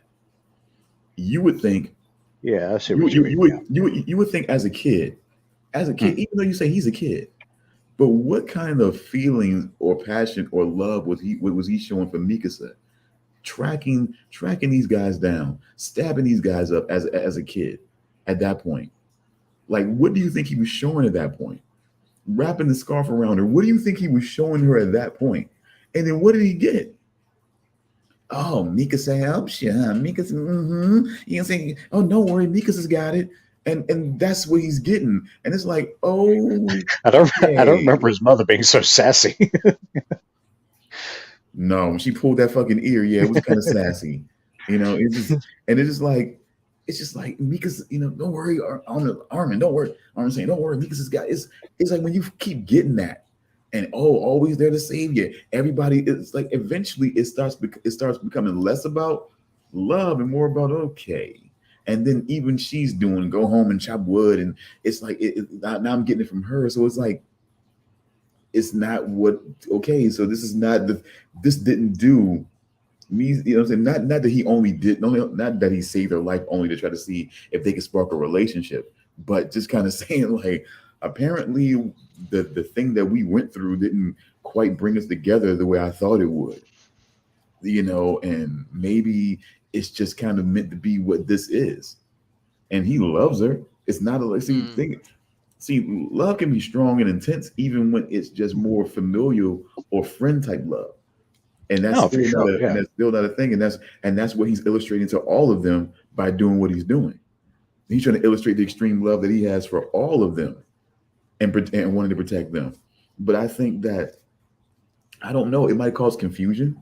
It might have caused some things to consider, but I don't know if it would have been a watershed moment. It would have been a game-changing moment because he has to unpack a lot of like what doesn't seem like love and adoring. It seems like pity and looking down on and looking at me as I'm less than. And what the fuck is that about? And it constantly keeps becoming that until you just feel like maybe we're just like brother and sister. Maybe I would accept the fact that we're just kind of like more like brother and sister. I love her, she loves me that way, and no matter what I say to her, we're on the same age. No matter what I say to her, she doesn't seem to understand me in these moments. It's like she just keeps going forward and keeps doing what mom says and keeps enacting like a second mom to me. And it's just like she's not understanding me in these moments. It just doesn't seem like we're connected in that way. So we're just like when you put yourself in the moment of being a young boy and just kind of thinking about what kind of effect would that have on you eventually? I couldn't see myself having sex with that girl. I just couldn't. I could. Yeah, because you're a per, but I'm just saying if you really just use your, if you really just use your decency, you would know it just wouldn't be right. It just Wait. it would be Can super you say awkward. that word again? What was that? Decency? Huh? Can you pull up the definition of that? You're making this up, right? Yeah, look in the mirror and think opposite, though. That's all I say. That's a quick definition for you right there. Wait, so the goatee's like on my forehead? No, there's probably a cleaner beard. No hat. He's in a nice shirt. Maybe so maybe maybe he bucks for the Aussie team. So whatever's going on out there, he's It's so a he's nice shirt. You can't see it, but it's Garrett's Steakhouse, hard pounded rumps. yeah. See, there we go, and therein lies my point. Decency opposite of what you see in the mirror right now. I am tired of this elitism. I won't stand for this. I'm just saying decency, pal. Like, see, I'm just saying. They're like a shade of blue. No, I'm just saying, like, yes, as guys, if we had the opportunity to just bed anybody, even girls we don't really like, but are fuckable, of course we would. But we have to live in a decent world most of the time, and then you have to make those sacrifices and say, even though Mikasa would be seen as very attractive, it would just be super awkward because she's not trying to connect with him. She just keeps trying to protect him, and it seems like a damn sickness. And you just got to wonder, and it does make you wonder. I do have to say. So, and then which brings me to another question: do you believe in his theory of her being an Ackerman and everything that's sort of inherent in her? Do you believe in that, or was it like Armin said, she was just doing that? He was just doing that to mess with her head. I think so. I think that was well. I mean, as we find out, sort of. That was him trying to sort of keep his secret plan intact. He was trying to distance himself from people who would probably figure out what he was up to if he gave them too much. But we already established that in order for you to be able to flow and make it seem convincing, there has to be nuggets of truth in there. Oh yeah, there's definitely elements of truth for sure. So does he believe that? So you don't think he believes that? I honestly I don't know if he's smart enough to know for sure. I mean, he's had at least two. He's had at least two Ackermans to actually study over the last several years, and one Ackerman that he had a very short time of experience with. And neither one he really seems to be able to completely figure out. But he at least took some notes and things like that. Took some notes, but again, he's not the sharpest tool in the shed. Eren, please. He's passionate as fuck, sure. He's intelligence-wise. I mean, come on. Are you gonna sit here and tell me that shit that raid in Liberia was not fucking just? Oh my god! It was methodical. It was brutal. Intelligent? That's another question. He had that kid. He straight strung that kid like oh my god, and basically pulled Reiner right into it so that he would not be able to react as quickly to the situation. I mean, Yeah, sure, but like, I don't know. It just none of it. you guys want to hate Eren. You guys want to hate No, Eren so bad. I'm going with the evidence I've been presented with over the course of 4 seasons. I don't think this is an overly intelligent guy. Very passionate, very driven. Intelligence is kind of a mixed bag when it comes to him, I think. He outworked. Okay, he outworked Zeke. He outworked. He outworked the fucking Marlian. He outworked the fucking Marlian Empire. I mean, like he worked everybody. He outmaneuvered every. I mean, come on, you really telling me he outmaneuvered these people? I Bless mean, your child. as soon as fucking Tiber declared war, he just fucking busted out there like, you know, he as soon as he declared war, he just fucking just busted that guy out and basically swallowed him up. Exactly. Brutality. But Intelligence? Maybe. strategic. I mean, Strategic, he did that for the sure, world. He did but it for the world and the media to see. I mean, that shit was viciously sinister, man. In a way, I mean, but everyone's pushed him to that. Everyone's pushed him to this point. Don't you guys see that? Every moment of doubt, of looking down on, always thinking that he's less than, always thinking that he's a blowhard, always thinking that he can't affect anything. He's nothing. Why do we trust you? You're this, you're that. All these moments have pushed him to this. It pushed him to these points that he went to. It pushed him to do this shit, to bring them in and everything like that, man. I mean, but he still was able to triumph. I mean, he fucking, I don't know. People often doubt everything. He wouldn't be able to control the founder. He wouldn't be able to do this. He wouldn't be able to do that. And now look whose face you see in that founding titan structure. His face. His attack titan face, you know, as the head of that monster that's bigger than even the fucking colossal titans, which was fucking and millions. bigger than that other thing that the story is father turned into. Whatever the fuck that thing was, yeah. And then I mean, goddamn, truly millions of these things just walking. Yes, sirree. You know what I'm saying? Shit, like, I wouldn't really say it's millions. they tried to act like it was that. I would say it's probably thousands. But you would Yeah, think, like potentially tens of that. Yeah, millions seems a bit too much, but tens of thousands maybe seems close to a million. correct. Yeah, like I feel like they actually mentioned the number or a rough number at some point, but I can't remember what that was. But you got to think like how big those walls were.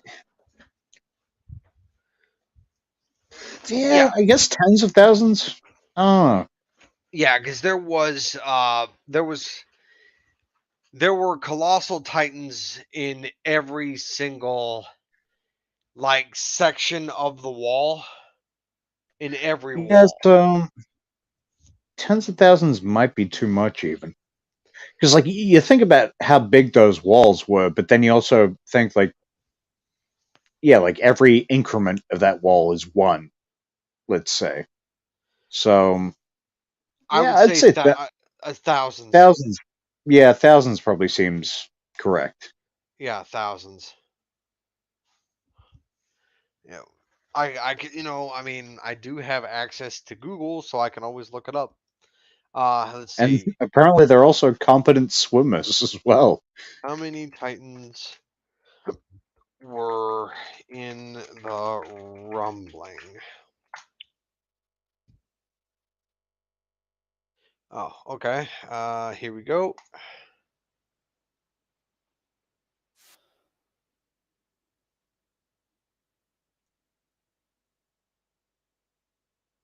$24. 24, huh?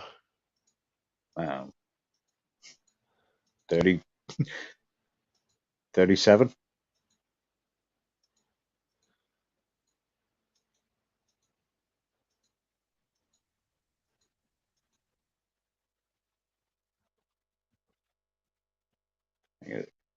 Luke of the Bind says, Ryder was already questioning his whole existence and Eren mind fucked him before that raid, which is true.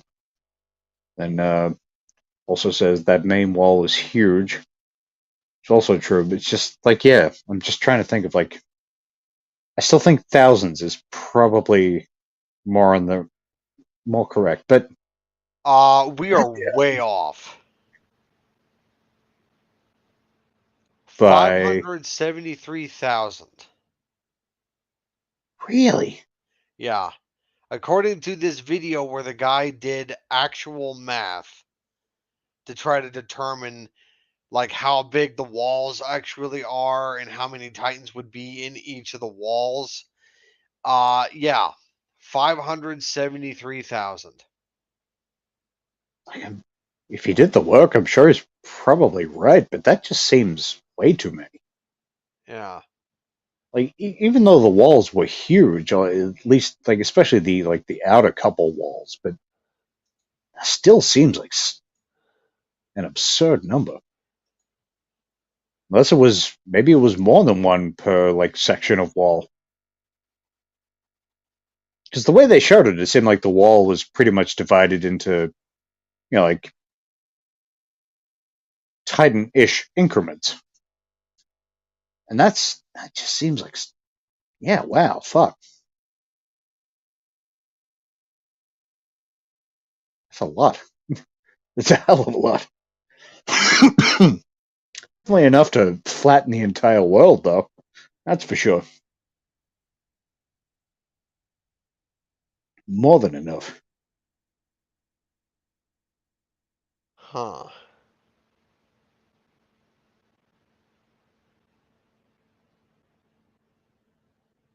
Because I feel like the first, like, I'm sort of just, like, I'm basing my thing on, like, the first time we were ever showed a Titan in the wall, which seemed to take up, like, one, increment of the wall. I wouldn't have said there was that many.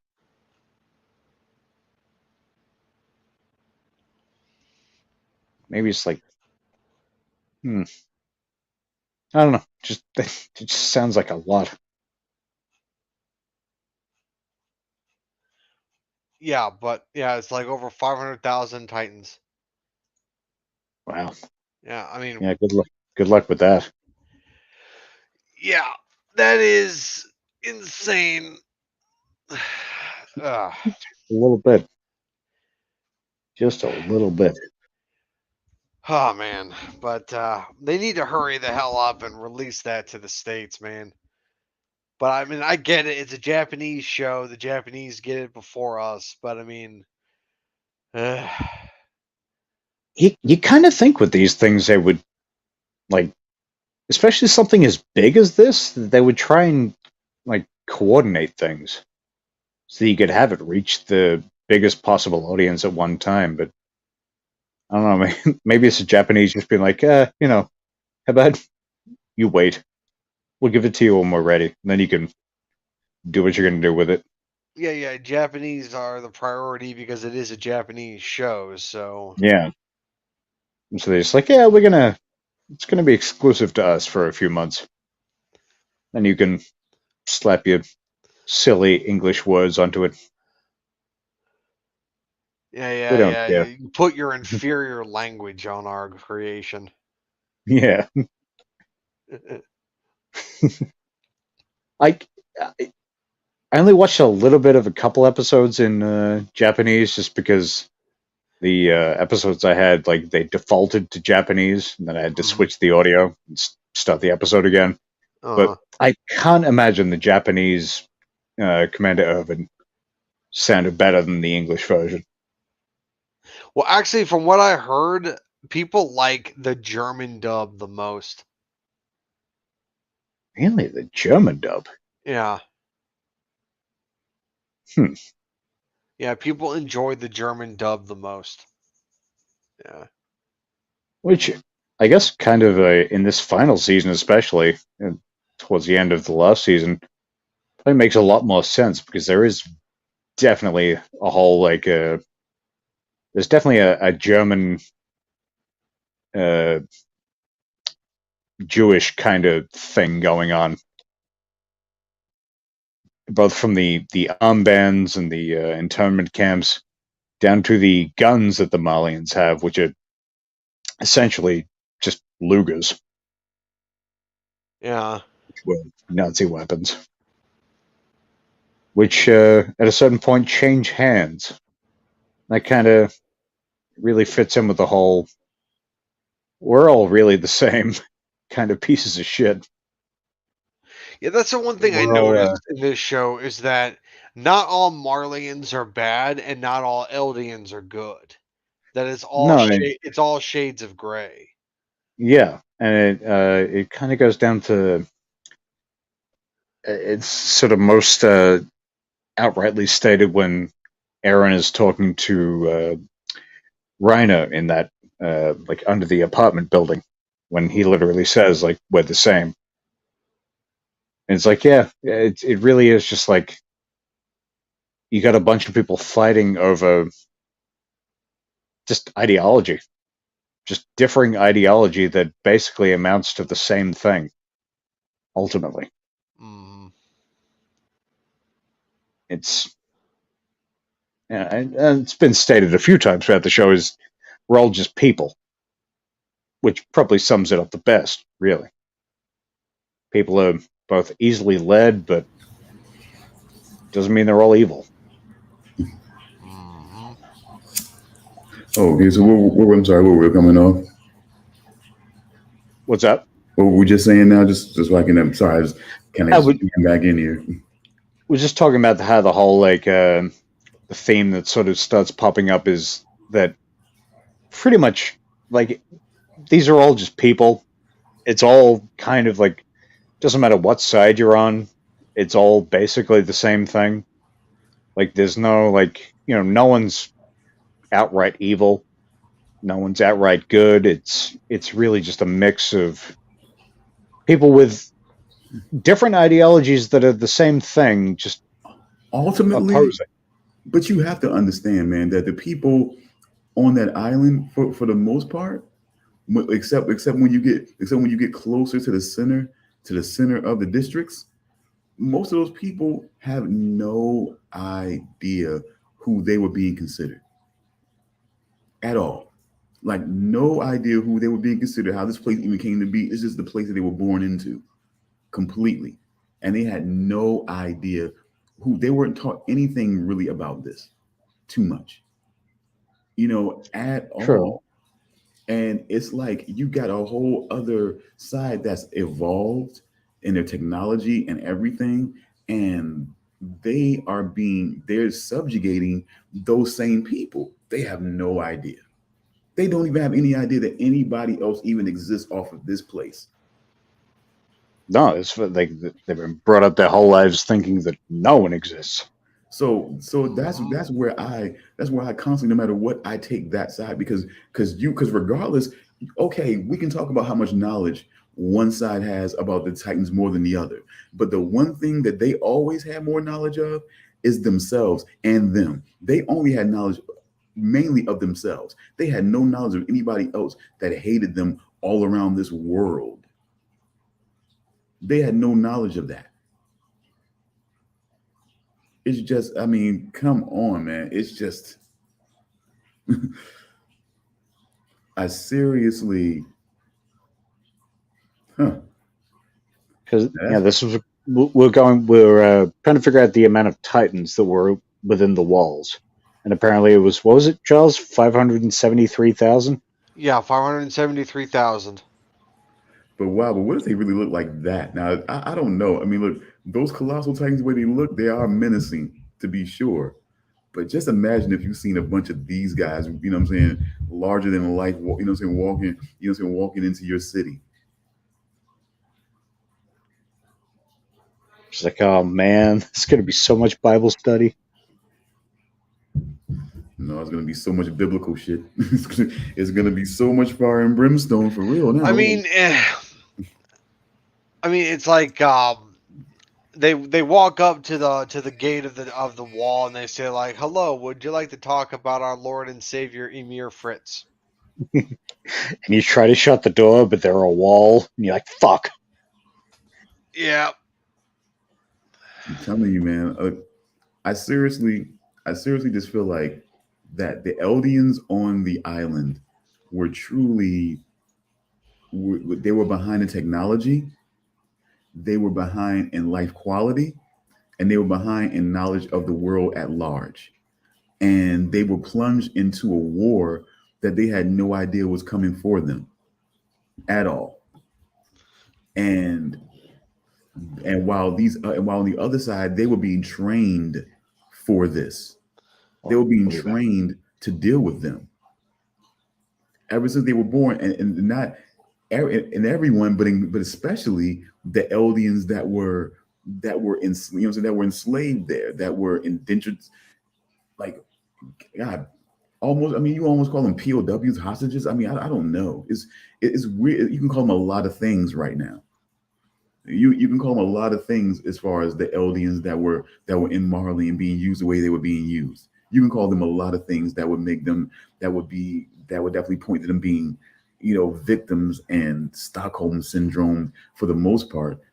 And it just hits so close to home that they hear Gabi saying stuff like she wants to prove that she's one of the good Eldians and everything like that. It just hits so close to home for me personally. I got to be honest with you. You know, seriously, it really does. Because you just get, because where I come from, you get some people that strive for that.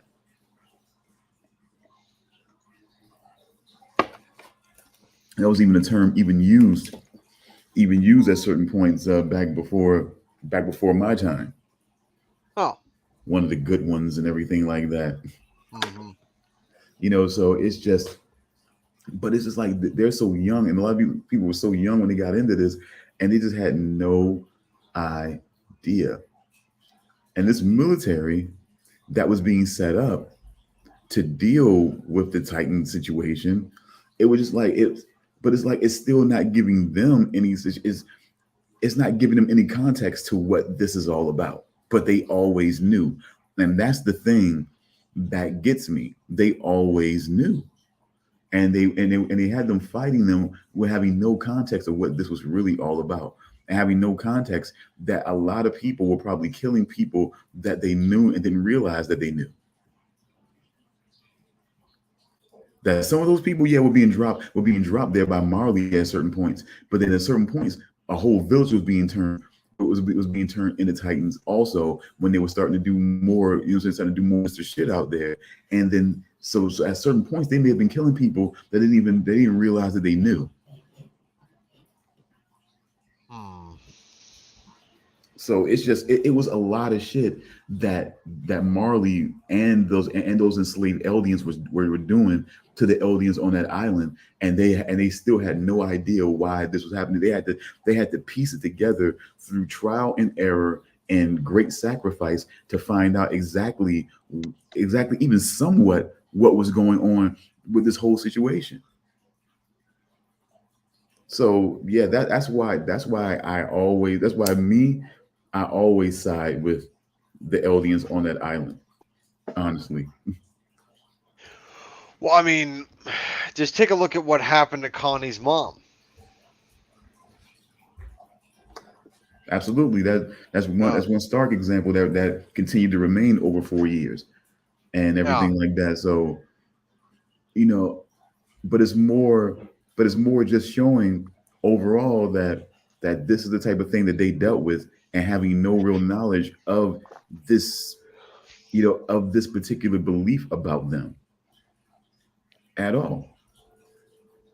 And I just think that more than anything, just kind of,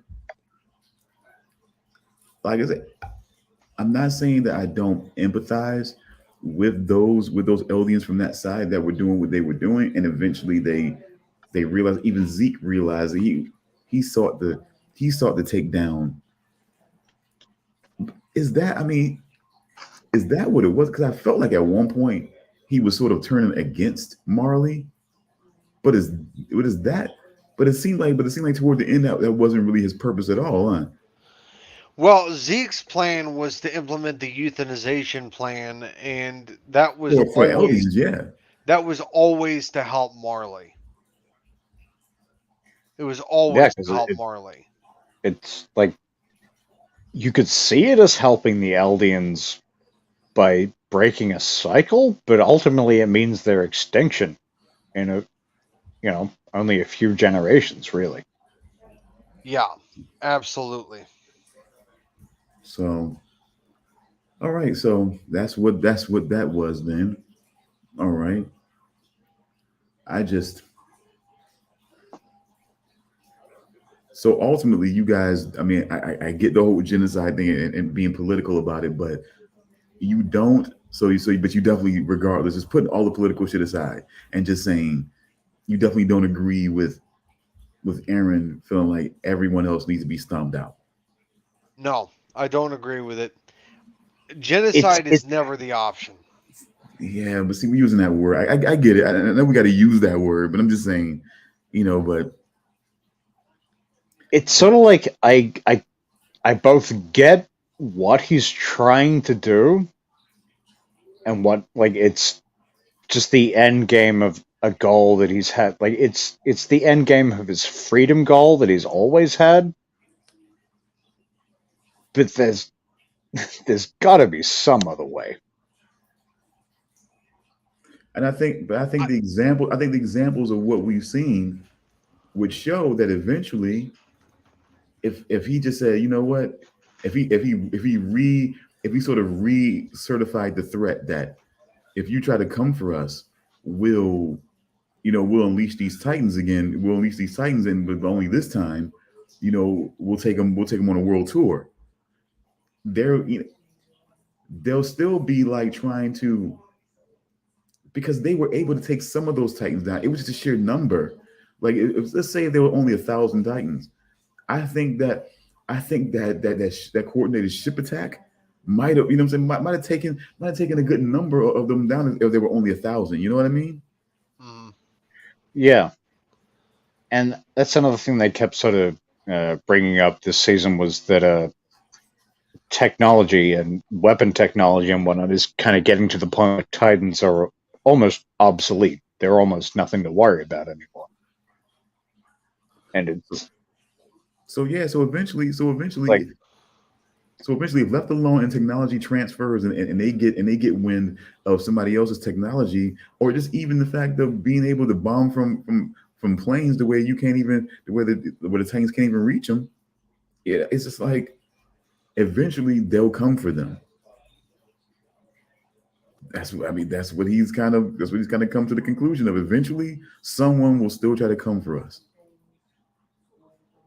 So that's another thing that's great about this show is it gives you these like even going back to the sacrificing thousands like they used to do with these various scout missions and stuff like that. It's yeah, it gives you these very again gray kind of questions about what is the right choice. Maybe the terrible choice is the right one. Maybe it's not. Maybe it's the only choice you have.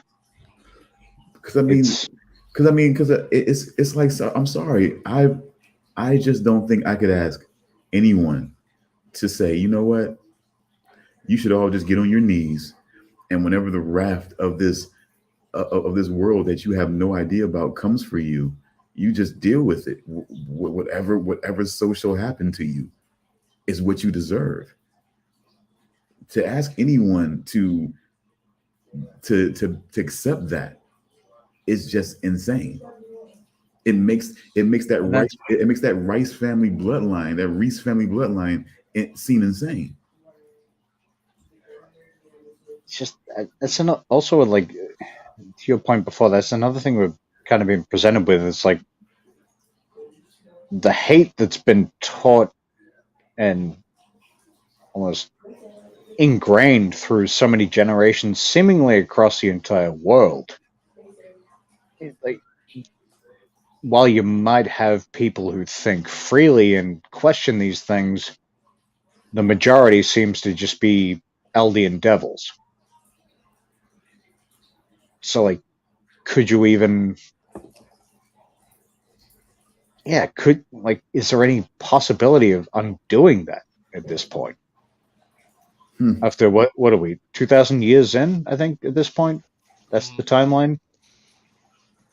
Sort of like, yeah, is that even undoable? That's a great question.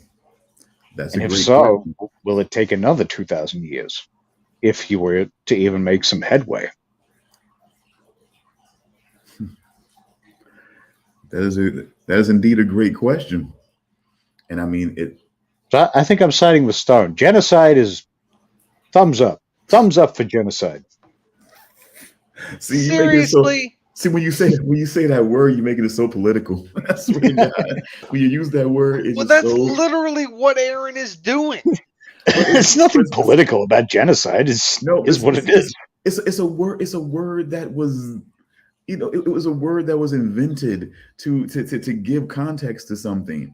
You know, it's Okay, war, so because mass war murder act. because war is Big. like, because you can't say that war is like, people don't plan wars like, I mean, it's to me, I don't feel like if a country wiped out another country, I don't think they would have gave a shit at any point in time. I'm just saying. I don't think they're saying, hey, we need to, unless it's, hey, we can use those people to work the fields, as the tradition has shown. It's like, don't kill them all. We can use those people to work the fields, and these over here, they can bear our kids. Like they did with those poor Australians. I get you. Okay. All right. Sure. Yes. And I'm just like, I just kind of just, that's what it is. War is genocide. So if you want to be political about it, war is genocide within itself. You don't, if these places were savage, they didn't, like I said, I think by the only reason that certain places weren't completely wiped out in war was because they felt like that certain people could be purposed for different things. Slavery and indentured servants has always been a grand tradition in human society. I think as far back as we can go back in history and documented history, I think there's always been somebody who's been subjugated by somebody else. Yeah, pretty much. Yeah.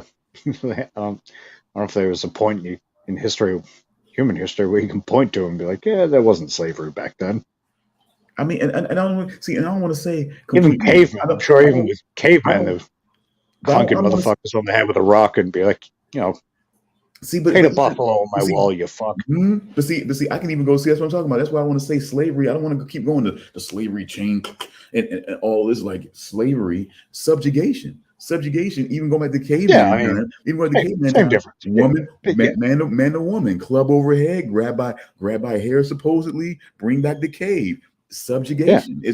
It's just more of that whole, hierarchy thing. It's always kind of been there. Like you need to be in service of us because you're weaker, or because we're more, there's more of us than there are of you. There is always something that makes somebody feel like you owe something to me, or you, so on and so forth, because of these reasons that make that make you not be able to stand up and gain the respect that you should just have.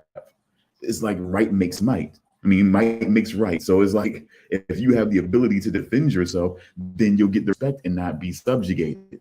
Otherwise, you'll be subjugated. It's kind of the way the world kind of worked, back then, until it got a little bit more civilized. A little bit. Yeah, we invented Facebook, and now people can post about their subjugation. I don't know. But it's just more. I just feel like that's kind of where I just kind of like, I don't know. I mean, like I said, slave. I mean, that's why I say, like, slavery is such a strong thing. There's like genocide and things like that. It's like strong political words, but it's like, but subjugation is a word that defines something. And when you define subjugation, it works its way into slavery. Eventually you get there. But slavery is a thing, an aspect of subjugation. Indentured servants are not exactly slaves, depending on who you talk to. They're not exactly considered slaves. They would live better than someone who would be considered a slave, as it were. But still, but you don't have a choice not to be a servant. That's what indentured servant is. Either you owe me, or something brings you here where you don't have a choice. You have to serve me, because this is part of either a payment, either a punishment, or something like that. You're an indentured servant. And it's just like, but it's always some form of subjugation. That's all I'm saying. It'll always be that. And so it's words, slavery, genocide. It's words, but it's like war. Just like I said, just the act of war is always going to be that thing of you could wipe out a whole country. Like, I'm sorry, when we drop that bomb on Japan. I mean, are we serious? Did we think that, okay, we can measure the law, that the loss or affected lives at that point? Do you think we could really two, wasn't it? It was two. Yeah, it was two cities. Hiroshima and Nagasaki. Yeah, and it was like, did we think of the lie? Did we? Yeah, we're only gonna. There's only gonna be so many people that are gonna be taken out here and affected. It's like, only a minimal amount. Did they really think that? Did they really think that? Or were they trying to offer them, or were they trying to drop down a way to really break them at that point? Or there could have been more. There could have been more. Is what I'm saying. And that's even in modern times. That's even more modern times. Where they're still dealing with it. Where they're still dealing with the after effects of that nuclear solution. So look at that war, and you're like, I mean, how long would that have gone had there not just been a holy fuck moment? A breaking? I don't know, man. I don't think there's even a conversation that we could even have when you do something like that. It's not even a conversation that you can even have. It's hard because they're still dealing with the fallout. They're still dealing with the fallout. They still built some pretty great cities on top of those. Top of that chaos, though. But we'll say that. But there's still some, like I said, I still hear there was still some weirdness out there. Still people being affected, though. And do you ever see the shadows? Like it's like shadows sort of imprinted on the ground from when those bombs hit. No, I didn't. No, not shadows in the traditional sense, but it's sort of like it's almost like a shadow's been painted on the ground where someone was when that bomb hit. It's kind of some haunting shit. Mm. It's both cool and just like Jesus. So like I said, so that just even more illustrates my point that it's like war. You can't say that this war, like, because what are you hoping to do? I mean, they've said it many a times. Some people said it many times that they should just all die. They should just all just disappear. They want to kill them all and everything like that. So essentially, that's what you wanted for them. That's what the Reese family wanted for their fellow Eldians. That's what almost everybody except for those people on the damn island wanted for them. They wanted them all gone.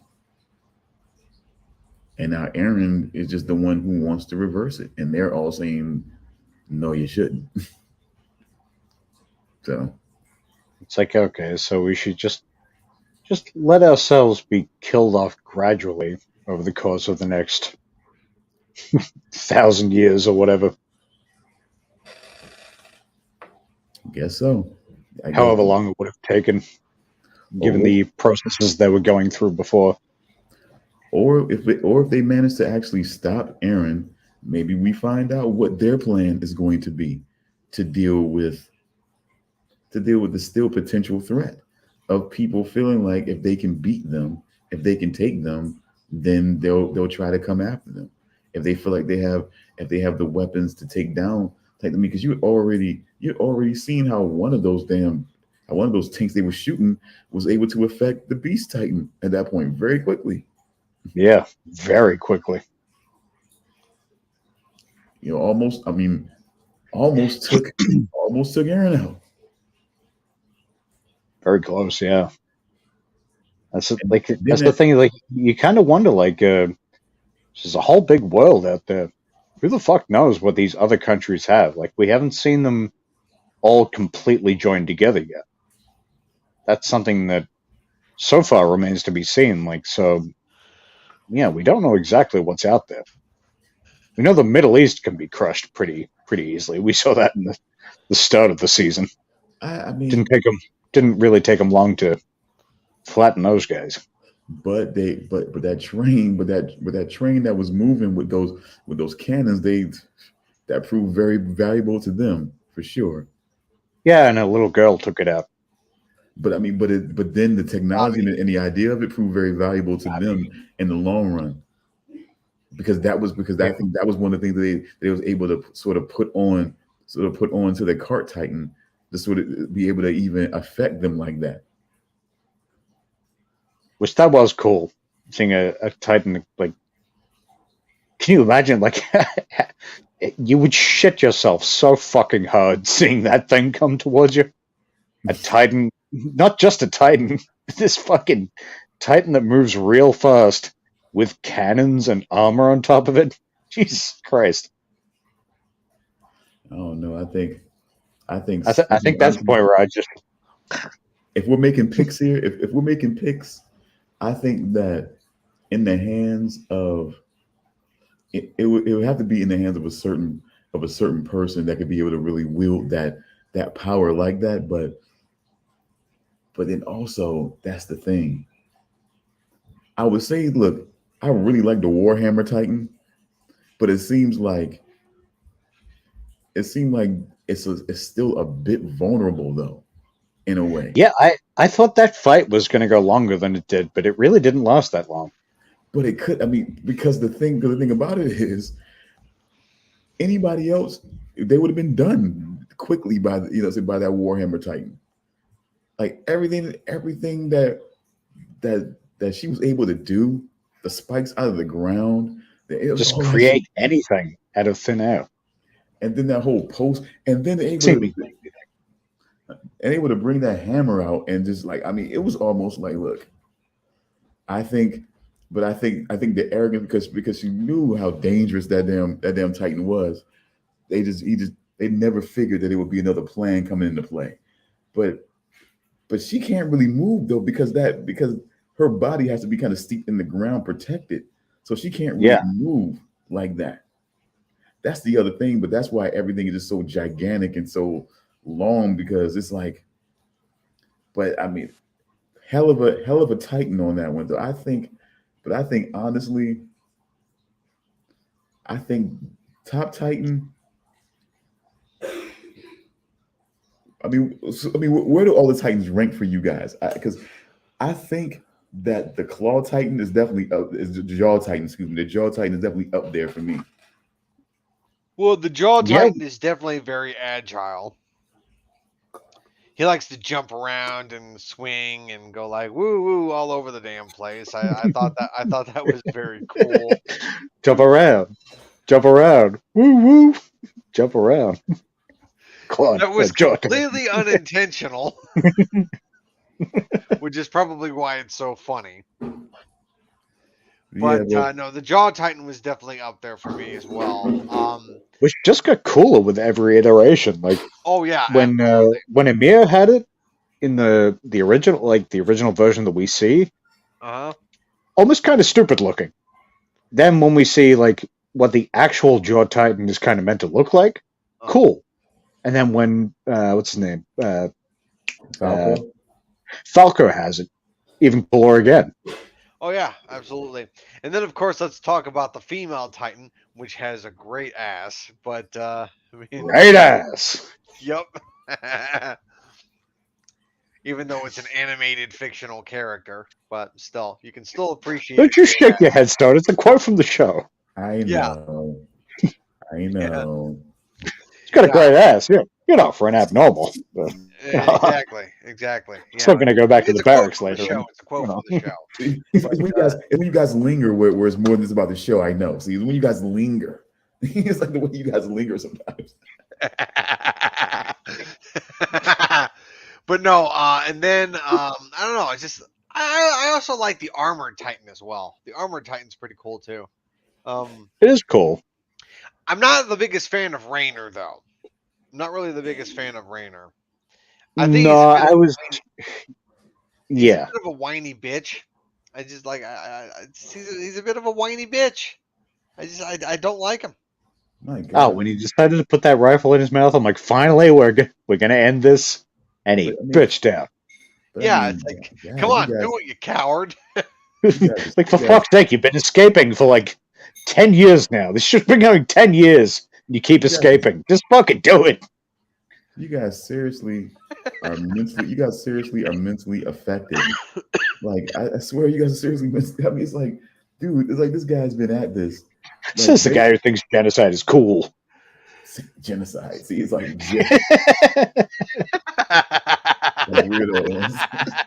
I swear. It's like- but seriously, it's like this guy's been at it since he was a kid.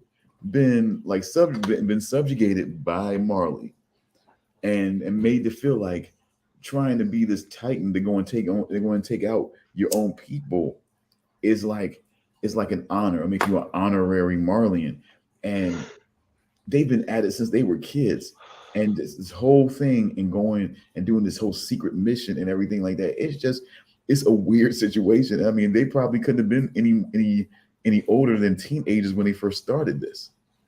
And it's like, it's just Yeah, I think they were meant to be 13-ish, something like that. I think.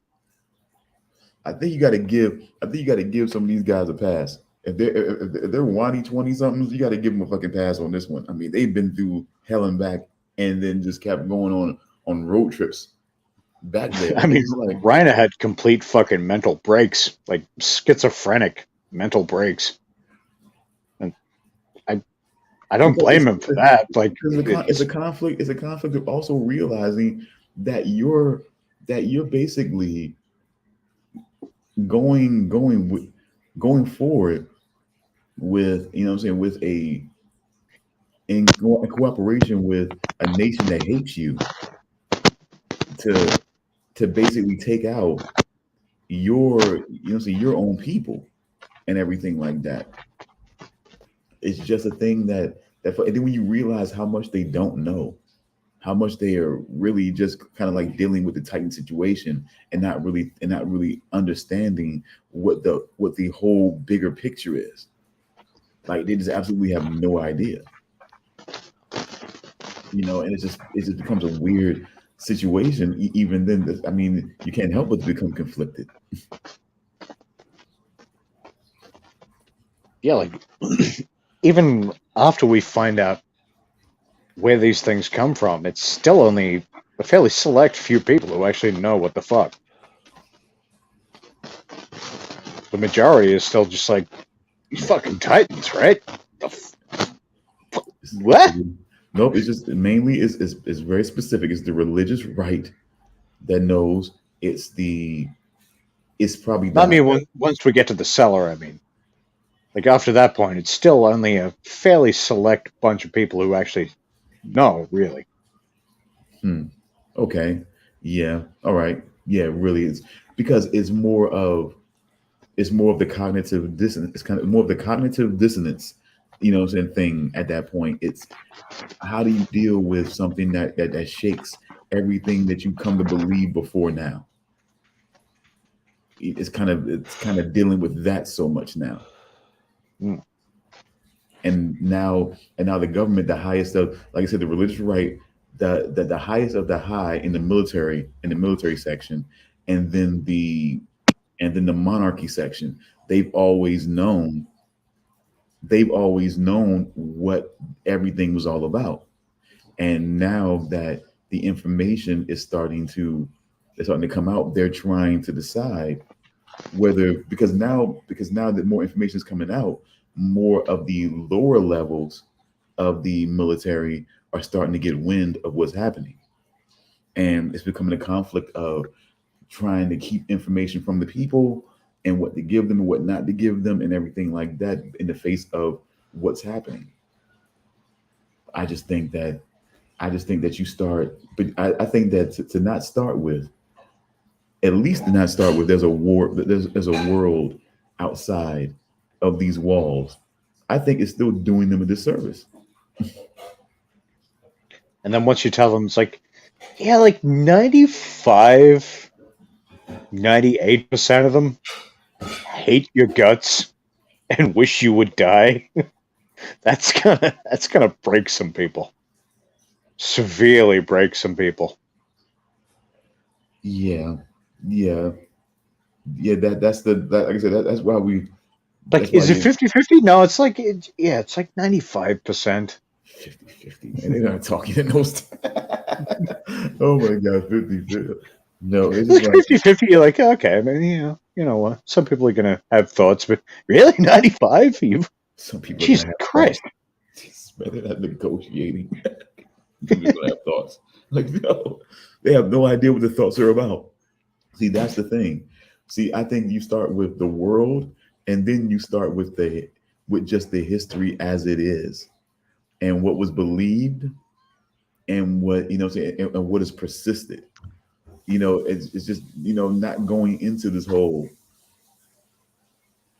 People believe that because we can all be turned into titans now, we're now considered devils, and that's just all is because of what we've done, and it's just like, to do all of that is just, it's a crash course that doesn't work well.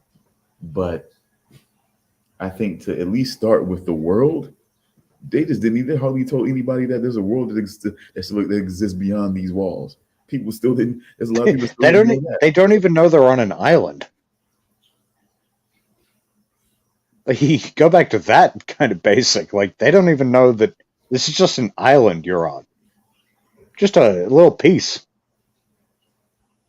Wow. Not only is there a whole world out there, there's literally a whole fucking planet out there that, as far as you know, is just barren. Just a barren wasteland. And some highlights, I gotta say, some highlights I just want to bring out here, because when they really go at this whole rumbling, and these titans are just walking, I mean, I gotta say, to introduce them like this abruptly, it really kind of put a lot of weight on them, because they're so cold-blooded and dead-eyed. Like, you can just put all the brutality on them. It's like there's like no one you know that's doing this. Like, there are people getting stomped on, kids getting stomped on. It's brutal. Like, this is final season. They're really going out hard on this one, but they put it all on these colossal titans that are just, they're no personality. We don't know them. They're not anything. They're just these gigantic, destruction machines that you can just. And it's just like, what? So, like, this kind of hive mind kind of thing going on. I wouldn't. Yeah, but wow, because it's just they need to be more of a hive mind and more protecting each other. Because these guys, one falls, they just keep walking. They don't even. They'll just fall over the next one. It's just like, it's crazy sometimes. It's just like, jeez. It's sort of like they're just going, bro. It's like they don't hardly even need to do anything. It's like they can just. And then the heat they emit, and just like just the force that comes with them, it's just like they're just natural disasters. It's like thousands of natural disasters just kind of walking the earth unchecked. But it's like, as technology moves forward, it still brings you back to that situation. They seem at that point of in an unevolved world, that is a world ender. But in a more technological world, you've seen it. They can. The sheer numbers is what kept them moving forward. The sheer numbers, and then eventually at certain points, the weird powers of the founding Titan, steered by Eren at this point, steered by Eren as the attack titan. So it's just like that. That's what helped. That's what helped the aerial units. That's what helped basically take out the aerial units at that point, because there was nothing that was going to stop that otherwise. So it's like it still brings it back to that question. Eventually, it does bring a point. Could they be left alone? Could it be a situation where they could be left alone? Could they assure that? I mean, it's a lot of questions to answer still. And also another highlight, big kudos, big respect to Hanji and what she was trying to do with those colossal titans. Wow. You wouldn't think that one person could cause that kind of chaos with those damn titans. But see that. Are you talking about something that happened in Retrospective? Oops. Oops. I'm sorry, guys. Thank you, Charles. Thank you, Charles, because I was just like, wait a minute. Yeah, because am I forgetting something significant? Because I haven't seen the episode, so spoilers. This is why I didn't watch it. I forget you These guys. Things happen. Sorry. Forget you guys, because it was just so I'm easy. gonna forget that was just said and just put it out of my mind. Yeah, it was so I forget. It was so easy for me to get to it. I just keep forgetting that you guys had a hard time with that. Sorry, I really apologize about it. I didn't. I just I didn't watch it because I knew Charles wasn't going to watch it. So I was like, yeah, I'll just in case I do what I do. Just in case I pull a stone. Watch it. I would just have to pay $8 to watch it. Gotcha. And I'm probably going to pay $8 to watch it. I'm just going to wait until the final part is released and translated, and then I will just pay the $8, watch the last 2 parts, get them out of the way, and then I'll be done. But I don't know when that's going to happen. So, well, then I think we might be good. I think we might be good then, because there isn't too much else. I will say the final of the regular episodes, the last one that me and Charles have seen, when it's sort of split into two, like when they show the flashback to them getting to the sort of outside world, discovering ice cream and stuff. I would happily watch an hour of just that. Oh no, that was fun. I wasn't sure about that episode at first, but then when I saw Sasha basically freak the fuck out when she had ice cream for the very first time, I was like, okay, god damn it, why the fuck did she have to die? I mean, I know, right? Poor potato girl. She is too precious for this world. God damn it, man. It's just... But also, can anyone explain that weird, creepy as fuck clown? Oh yeah, that clown. It's just, I was waiting for Levi to just hit that guy. He comes up behind Levi. He's like, "Hey, hi, little fella. I got some tasty candy for you. Tastes pretty good. I assure you, it tastes real good." It's just gets creepier by degrees. It's just like, what the fuck is going on right now? Because Marley, I was expecting that clown to slowly guide him to a white van down an alleyway. Right? Because it starts kind of higher up, but still creepy. And then just tastes pretty good. And he leans in real close. He's like, "It tastes pretty. I assure you, it's you're gonna like this." I got more candy in my van down this alleyway. Why don't you just take off them clothes and suck on this lollipop while do things to your butthole? Oh, fuck.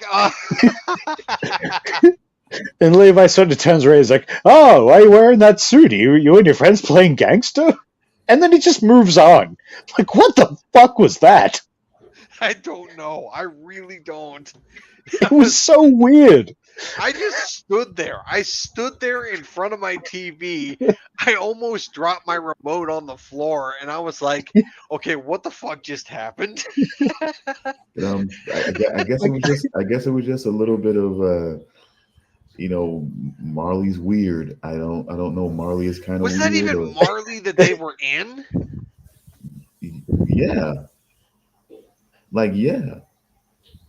Because you remember the whole incident they had while they were in there, right? Yeah, but they met with the Azumabudo or whatever they're called. That woman. Before, but Yeah. what I'm talking about was that when he was still out there, and there was a moment where there was this kid who had like tried to pick, who had picked one of their pockets. Yeah, the kid. That's right. Yeah, and they The pretended it pickpocket was. that They took pretended it was Sasha's Sasha's. horse. Yeah, and they pretended it was her brother, so he wouldn't get brutalized by this mob of people. And it was Which apparently definitely Marley in because he this was starting. territory, they're willing to beat the shit out of a kid who's a pickpocket, as long as Yeah. the kid is an Eldian. Ugh, Jesus Christ, man. What the fuck? But also another great sequence there was with this is again why I would happily watch an hour extended version of that when they first see a car and they think it's some kind of crazy horse and they start running after it and then someone says I think it's Levi, he's just next thing you know they're going to be trying to feed it carrots. Wait a minute, they buying carrots? Oh, God. Yeah, that was pretty funny too. I'm telling you, man. But I like I said, I'm glad that was part of that. I just got so locked in, man. I just didn't know where, where I completely was supposed to stop. With the show. I'm sorry about that, but I'm glad that part was a part of the last episode that you guys saw, because you remember that, and it's just spoilers of Retrospective, please. No more. But But I could have sworn Retrospective was the title of one of the previous episodes, but no, I remember doing a look forward to see what the names of the further ahead episodes were, and Retrospective is the hour-long first special. Yeah. Okay. It is. Dawn of Humanity is episode 28, and Retrospective is episode 29. Which, that final regular episode was pretty much 50-50 split between, the first half was very fun and kind of, it's a whole new world. And then the second half was very much we're going to just retreat back into the darkness of what's actually going on right now. Oh, yeah. But yeah, I mean, I just don't, it's just weird. I just feel like I just don't like the whole thing of what did I see in him and all this type of stuff toward the end there. I didn't dig that. I just, it's just, I don't know. I just feel like to try to make it, to try to create context to where this was about loving him. This was all about your love for him and everything like that. I just don't. It's not. Well, see, I'm still not even sure that's the thing. That's just the impression that I got. But because she's so unwilling to really, but that's what she said. Be completely she did, but she didn't. When she looked back, she was like, "Why did I? What made me stay so close to him? What did I see in him that made me stay so close? Like you're making it seem like you decided to stay with them because of solely him. You were taken in by his parents. You were both kids. You didn't have anybody, and you were taken in by his parents. Like you were sort of put on task to basically be his protected by his mother, who always wanted to make him feel inferior in some way for some strange reason. I don't know. It's sort of odd. It's sort of, honestly, I gotta say this. It kind of feels stepmotherish to me.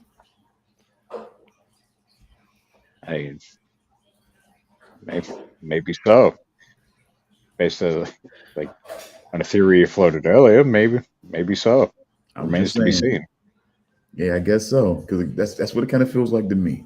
Sometimes that's the feeling that I get, and I was trying my best to accept that she was being sold as his mother, and that's what was being said, that she was his mother. So I'm saying, okay, that's his mother. She gave birth to him. I'm assuming that they're playing it this way. So, but it just always felt stepmotherish to me.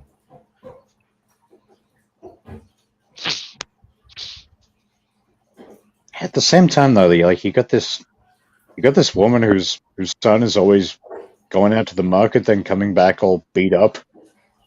Like, it's got to have some kind of effect on a mother. It's like at a certain point, like when are you meant to just be like, okay, maybe relax, maybe don't be fighting 6 people when I told you to go get some bread. Yep. But when your friend is being, it's like, I'm sorry, I just look at it from a real sense of, what if your friend was trying to carry back a meager amount of food that's supposed to last him and his family for 3 days, and somebody comes along and just eats it right in his face? It's just, Oh yeah, sure. But I can pretty much guarantee that wasn't always the case. Not always, but I mean, it's like, I think Eren was just a kid who would he'd probably get into fights over almost nothing. Which is part of the reason why I don't like Eren. Eren is a guy that just looks for trouble. He always looks for trouble. Oh my God. That is he's so the guy who's like, someone would be like, hey, Eren, you nerd. And then he would try and fight like 8 guys. Oh no! See, that's the type of mentality that his mother had, man. That's the type of mentality. That's the type that. Come on, this is not. Eren always looked for fights. He even tried to pick fights with people 3 times his own size. I'm talking about fully grown adults. He tried to get into a fight with that would talk about certain situations or certain people, like, you know what I'm saying, like they were nothing in a way. Like just talking. I mean, this. I don't know, man. To me, it just feels like in certain movies that I would see as a kid, like people like that, kids like that were, you know what I'm saying, we're seen as special. We're seen as special because it was about feeling like, don't disrespect those people who go out there and give their lives, who go out there and risk their lives to try to fight this, you know what I'm saying, try to fight this Titan situation. Don't, you know what I'm saying, don't do that. You know, or either, and on the other side, don't try to make it seem like this situation is great, it's paradise, it's freedom. We're like cattle here. We don't go anywhere. There's a whole world out there beyond here we're not living in. Don't make it seem like we're living in the fucking lap of luxury. He's just speaking on shit. And sometimes when people keep acting, people fucking angry. And sometimes, look, it's more, and it's more of what was, and it was more of what was done to him, possibly what was instilled in him, and things like that. Like at one point, if I remember correctly, his father had him actually, eat that family of Titans, right? Or was it always the father? Because I remember at one point he's supposed to have injected Eren to having him take out the Reese family. No, that was Grisha. Grisha took out the Reese family. So his father was the one who injected him to take out the Reese family. I'm trying to remember how Grisha got the Titan power. Because we know ultimately it's Eren from the future that made him do that, because he chickened out initially. Then Eren was like, whispering in his ear, like, "No, do it, pussy, do it." Because there was one moment when it wanted to be one moment that seemed to be right in that familiar outside forest spot, where at one point he had the damn. It was almost like deja vu again. Except it was only him there, and he still had that box. That seemed like that same box that might have had the syringe in it. And I remember a scene where somebody had a syringe and they injected somebody else with that damn syringe.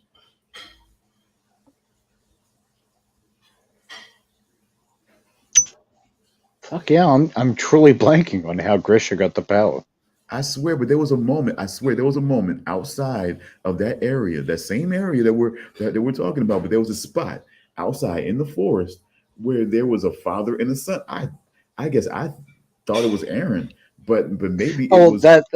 Well, when Grisha injected Eren, he took him into like the woods somewhere. But it seemed that is where that whole thing, like where he injected him, and Eren ate Grisha. that was in the woods. Oh, okay. Thank you. So he ate someone. Okay, I just wanted to make sure that I was still. Yeah. it's- Grisha had eaten the rice girl who had the founding titan, which is how Grisha got access to the founding titan. And then when Grisha took Eren after their home had been invaded by the Titans, Grisha then injected Eren in the woods with the Titan spinal fluid, which then caused Eren to turn into a Titan, which allowed Eren to eat Grisha and take Grisha's Titan powers, which then allowed Eren to revert back to his human form. And now he has access to both the Attack Titan and the Founding Titan. But did we get the origin of where Grisha got the Attack Titan from? Yes, we did. We did. We did. What was that? It was at the moment where we see it was the backstory episode where we found out how Grisha made it to Paradis. It's when him and his wife Diana Fritz tried to recruit Zeke to sort of like work his way up the ranks to become a warrior, and he sold them out. Yeah, he turned them in to the Marlians, and they were captured and sent to Paradis. And Grisha saw Dinah Grisha got it from Kruger. Yeah, Dinah got turned into a Titan, and she became the smiling Titan that ate Eren's mother, if you remember at the beginning of season 1. And Eren Kruger, revealed himself to be the owl, and he also had access to the Attack Titan. And which by the way, Eren Jaeger used that knowledge, you know what I'm saying, to basically blend himself in to being over in Marley by using that same name. Yes. Did anyone else immediately catch it when it was like, hey, you got your armband on the wrong thing? On the wrong arm? Oh yeah, I fucking knew that was Eren pretty early. Like the second that happened, I was just like, oh, okay, yeah, that's him. Yeah. But no, at that Kruger had revealed to Grisha that he was the owl, and he had explained that people who control one of the 9 Titans only have about 13 years to live, and he is on his last legs, and so he needs to give it up and pass it to the successor, and he chose Grisha as his successor. So he needed to turn Grisha into a Titan so that he could eat Kruger, and so Grisha could become the Attack Titan. And that is how Grisha got access to the Attack Titan. All right. Awesome. Yeah. And unless we have some more here, I think we got to wait till you guys catch up and we get the other part and try to do this and try to close this out the right way, I guess, right? I guess, we'll finish Attack on Titan in, let's say, February. Maybe January, if we're lucky. Yeah, January if we're lucky, more than likely February. Say what? They take way too fucking long with these dubs. It's ridiculous. Yeah, it takes a long time. Okay, I hope. Okay, like the dub for that, like the first of the final 2 episodes came out, I think, March, May. The dub only came out in September, like late September. Okay. So I'm just going off that. I figure we probably got a few months. Let's just keep our fingers crossed and hope not. But I guess we might have to start prepping ourselves for some other content. I guess we have to prep for that, but I guess we'll. I guess next week we've got Invincible season 1 / we'll have the first 2 episodes of season 2, and then we'll have Thor 3D, and it is not Saw 3D. It is Saw 7. We'll just deal with the details on that later. 3D means 7, right? I think 3D also means final chapter. I think it's Latin. It's more like pig Latin, but whatever. Yeah. Okay. And what else? So what else we're gonna be? Um, So because we're gonna hold off on this retrospective. Yeah, we're gonna hold off on that until we get the final episode of Attack on Titan. like I'm gonna watch it tomorrow because I've got it sitting there. But Yeah. Yeah, you gotta watch it. You gotta watch it. I'm Oh, going I to hold will. off until we get the final episode, and then I'm just gonna watch both episodes together like it's a movie, and then I'll do it I'll be again. good to go. I'll gladly do it again when it comes back out. But yeah, I'll gladly do that shit again. But yeah, I had to watch it. I had to. But I'll gladly do Yeah, I'll gladly do both of those things again when they come out. Yeah. Only reason I haven't watched it yet is because, well, last night I already stayed up way too late finishing the regular episodes. Like I had like 2 hours sleep, and then yeah, I just didn't want to watch it to, accidentally spoil anything, like you tried to do, you son of a bitch. Mhm. All right. Well, I've definitely got to get my day started. Got a couple of things to do, few in fact. So I'm definitely glad that things have wrapped up the way they've wrapped up right now. I certainly hope that we do get a lot quicker than further off, because I just really want to bring this to a close, even though it's bittersweet. But might as well just go ahead and do it if we're going to do it. So I just want to go ahead and just get it done while I feel like getting it done. So hopefully it won't be too far off where we get to close out Attack on Titan finally. But I hope so, because I really don't want to have to watch it in Japanese. Like, nothing against Japanese, but I've watched the entire thing in a dub. And I'd really rather just finish it the way I started it. But Yeah, I'm the same way. I mean, I have watched like Japanese like properties in the Japanese language, and yeah, there's I've done it nothing many times. wrong with it. I mean, No, it like sometimes it works, but sometimes it doesn't, at least to me. But since I've already watched all of Attack on Titan in like the English dub, I would like to finish it in the English yeah, dub. exactly. Like, what, Yeah, 87 episodes at this point? also around that, yeah. the most poetic echo I've ever heard in my life. Thank you, The Charles. most poetic echo. Okay. Yes. All right, so next week, unless we decide to add something else, it'll be Invincible Season 1, the special, and the first 2 episodes of Season 2, and Saw 3D. Saw Alrighty. 7. Alrighty. 3D. Well, we thank you so much, folks. Thank you for this time. And thank you for anyone else who will be watching later on down the line. And hopefully, folks, you'll get inspired by some of the content and check it out and get where we are. Hopefully, if you're already with us and mirroring us, but maybe at nothing else, you'll just be inspired to check out some of the content that we've been inspired by long before. So thank you so much. Next week, peace, two fingers. Yep. Bye-bye, everyone. Howdy do. Who's doing it? Who's doing it? Who's doing it? I'm doing it.